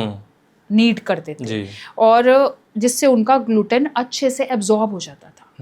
और उसके बाद उसमें पानी डाल के हल्का सा ऑयल डाल के ढक देते थे। उससे उनका ग्लूटेन जो अच्छे से रिलीज हो जाता था, जो हमारे लिए हार्म नहीं करता था। अभी क्या करते हैं, तुरंत आटा लगाया, तुरंत रोटी बना ली। ग्लूटेन को रिलीज होने का वो टाइम ही नहीं दिया। फिर हम ग्लूटेन को बुरा बोलते हैं। व्हीट बुरा नहीं है, उसको खाने का तरीका बुरा है, उसके आगे पीछे आप जो खा रहे हैं उसमें कमी है। ओके, तो गूंदने का तरीका हमें थोड़ा सा पुराने वाला अपनाना चाहिए। और ग्लूटेन सेंसिटिविटी भी होती है कुछ लोगों को। वो आपका सीबो कर देता है। वो आपकी स्मॉल इंटेस्टाइन में डिसऑर्डर होता है, सीलिएक डिजीज होती है जो आपके स्टमक में कर देता है, आपको डायरिया हो जाता है। जब भी आप ग्लूटेन खाएंगे, व्हीट रोटी खाएंगे, तो आपको स्टमक में कॉन्स्टिपेशन कर देगा, सीलिएक डिजीज जिनको रहता है। लेकिन वो बहुत सिलेक्टेड केसेस में होती है। और वैसे भी ये कहा जाता है कि मल्टीपल रेनबो फूड खाइए आप वैरायटी ऐड कीजिए अपने खाने में। तो इसीलिए कहा जाता है, पुराने ज़माने से आज भी गाँवों में होता है, हमारे एंसेस्टर्स भी यही खाना खाते थे। गर्मियाँ हैं तो वो जौ की रोटी खाएंगे, मक्का की रोटी सर्दियों में खाई जाएगी, ज्वार बाजरा आपका सर्दियों में इस्तेमाल होगा। तो ये सालों से चला आ रहा है। जो अभी ये मिलेट्स बहुत फेमस हो गए हैं, तो ये मिलेट्स वही हैं जो हम पुराने ज़माने से खाते चले आ रहे हैं। तो हम जितना वैरायटी अपने फूड को देंगे, उतना हमारा गट माइक्रोबायम अच्छा रहेगा, माइक्रोफ्लोरा हमारा उतना अच्छा रहेगा जितनी हम वैरायटी ऐड करेंगे। वरना हम सब एक ही खाना ना रोज़ खा लें। नहीं, सही बात है। तो उसकी वजह से जितना हम वैरायटी देंगे, उतना गट माइक्रोबायम हमारे अच्छे होंगे, हेल्दी वैरायटी देंगे तो। ओके, अभी हम लोग शूट से पहले थोड़ा बातें कर रहे थे बियर और पीनट्स को लेकर के जी, कि बियर और पीनट्स जो है इसका एक रिलेशन है। आपको बियर के साथ में पीनट्स फ्री क्यों दिया जाता है, उसके पीछे रीजन है, ऐसे नहीं देते, बताइए। आप देखेंगे, आप कैफे में जाते हैं, क्लब्स में, जो अभी वीकेंड्स पे बहुत कॉमन हो गया, आपको वहाँ बियर आप मंगाते हैं, वो 1+1 तो होता ही है मोस्ट ऑफ द टाइम। तो उसमें आपको साथ में पीनट्स दिया जाता है। पीनट्स जो होता है वो हमारे को डिहाइड्रेशन करता है, हमारा गला सूखता है उससे। और बियर भी हमारे को डिहाइड्रेशन करता है जी। आप कभी भी ड्रिंक करेंगे तो आपका नेक्स्ट डे बहुत ज़्यादा डिहाइड्रेटेड फील करेंगे आप। वो इसीलिए दिया जाता है क्योंकि जैसे आपका गला सूखेगा, आप और ज़्यादा ड्रिंक करेंगे। ओके, तो वो उनका खुद का सेल्फिश इंटरेस्ट होता है। जब आप पीनट जितना ज़्यादा खाएंगे, आपको उतना ज़्यादा गला सूखेगा, आपका गला ड्राई होगा, आप ड्रिंक उतना ज़्यादा करेंगे। तो सेल बढ़ाने का तरीका सेल बढ़ाने का एक तरीका है, मार्केटिंग गिमिक है। गजब, ये लेकिन बातें बहुत कम लोगों को पता है ऐसा। अच्छा, अरे हमें खुद नहीं पता। इस चक्कर में तो बहुत सारे लोग 3-3 बियर पी जाते हैं, पता नहीं चलता। इसीलिए होता है कि आप पीते रहें और साथ में खाते रहें, फिर वो आपको और पीनट भी दे देंगे क्योंकि वो कॉम्प्लीमेंट्री होता है। अच्छा, तो मैम जाते जाते एक स्टोरी मैं आपसे जानना चाहता हूँ कि आपने बहुत सारे लोगों को जो है वेट लॉस में हेल्प किया है, तो आपके लिए सबसे ज़्यादा इंस्पायरिंग जो स्टोरी रही है अब तक की, वो क्या थी? वैसे तो मेरी सभी स्टोरीज, सभी जिनका वेट लॉस होता है, जो कि मैंने आपको बताया, मैं स्केल पे 1 दिन में भी दिखा देती हूँ। जी।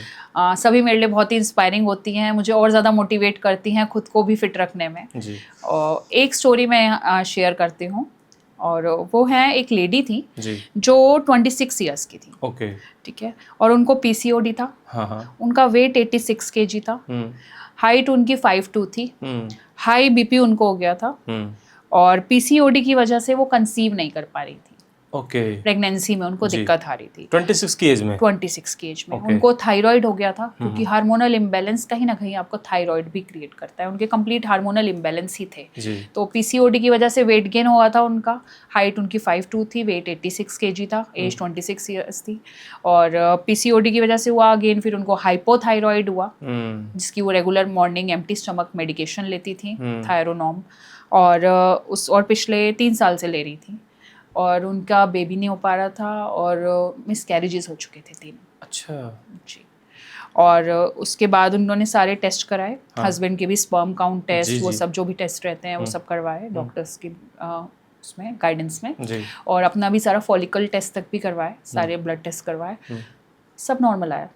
अच्छा, डॉक्टर ने बोला केवल वेट आपको लूज करना, जिसकी वजह से वो बहुत परेशान थी जी। और स्ट्रेस उनका और ज़्यादा बढ़ता जा रहा था, मेडिसिन उनकी बढ़ती जा रही थी, पीसीओडी, थायराइड, ऊपर से कॉन्स्टिपेशन, ऊपर से उनको चिड़चिड़ाहट, फिर आपका फैमिली और सोसाइटल प्रेशर होता है जब कि प्रेगनेंसी में कि प्रेगनेंसी क्यों नहीं हो रही है, तो काफ़ी परेशान और उसमें आई थी वो। ओके। तो उनको उसके बाद उनके मिसकैरेजेस बोलते तो उनका काफ़ी वो हो रखा था, मॉरल बहुत डाउन हो रहा हुआ था, डिप्रेशन जैसा हो रहा था उनको। तो उन्होंने मेरे से डाइट लेना स्टार्ट किया। उनका मैंने थायराइड का एक एडवांस टेस्ट कराया जो जनरली डॉक्टर्स भी जल्दी नहीं करवाते, टीपीओ और टीजी एंटीबॉडीज टेस्ट। ओके। ये वाले टीपीओ और टीजी एंटीबॉडीज टेस्ट, जिनको भी थायराइड होता है ये टेस्ट उनको ज़रूर करा लेने चाहिए, ये आप मेंशन भी कर दीजिएगा। ओके। ये एंटीबॉडीज टेस्ट, क्योंकि थायराइड का एडवांस वर्जन होता है थायरोडाइटिस। ओके। वो ऑटो इम्यून डिसऑर्डर होता है, जिसमें आपकी खुद की बॉडी के सेल्स आप खुद की बॉडी को ही हार्म करने लगते हैं। ओके। ठीक है। और वो था हैशिमोटो डिजीज़ भी बोलते हैं इसको, तो उनको वो डिजीज़ भी थी। उसका अलग तरीके से ट्रीटमेंट किया जाता है एंडोक्रोनोलॉजिस्ट के पास जाके, क्योंकि नॉर्मल थायराइड में आप थायराइड की मेडिकेशन देते हैं, 5.7 के अबव आता है तो ज़्यादा हो जाता है, उसके बिलो रहता है तो आपका कम हो जाता है, लो में भी चला जाता है, उसे हाइपर बोलते हैं। तो उनका डाइट से 3 महीने में केवल कंसीव ही नहीं हुआ और उनकी पीसीओडी बहुत हद तक कंट्रोल हुई, वेट लॉस हुआ उनका 4.5 मंथ्स में, उनका अराउंड 14 kg वेट लॉस हुआ। ओके। कितने मंथ में? 4.5 मंथ्स में अराउंड 14 kg वेट लॉस हुआ। अरे वाह जी।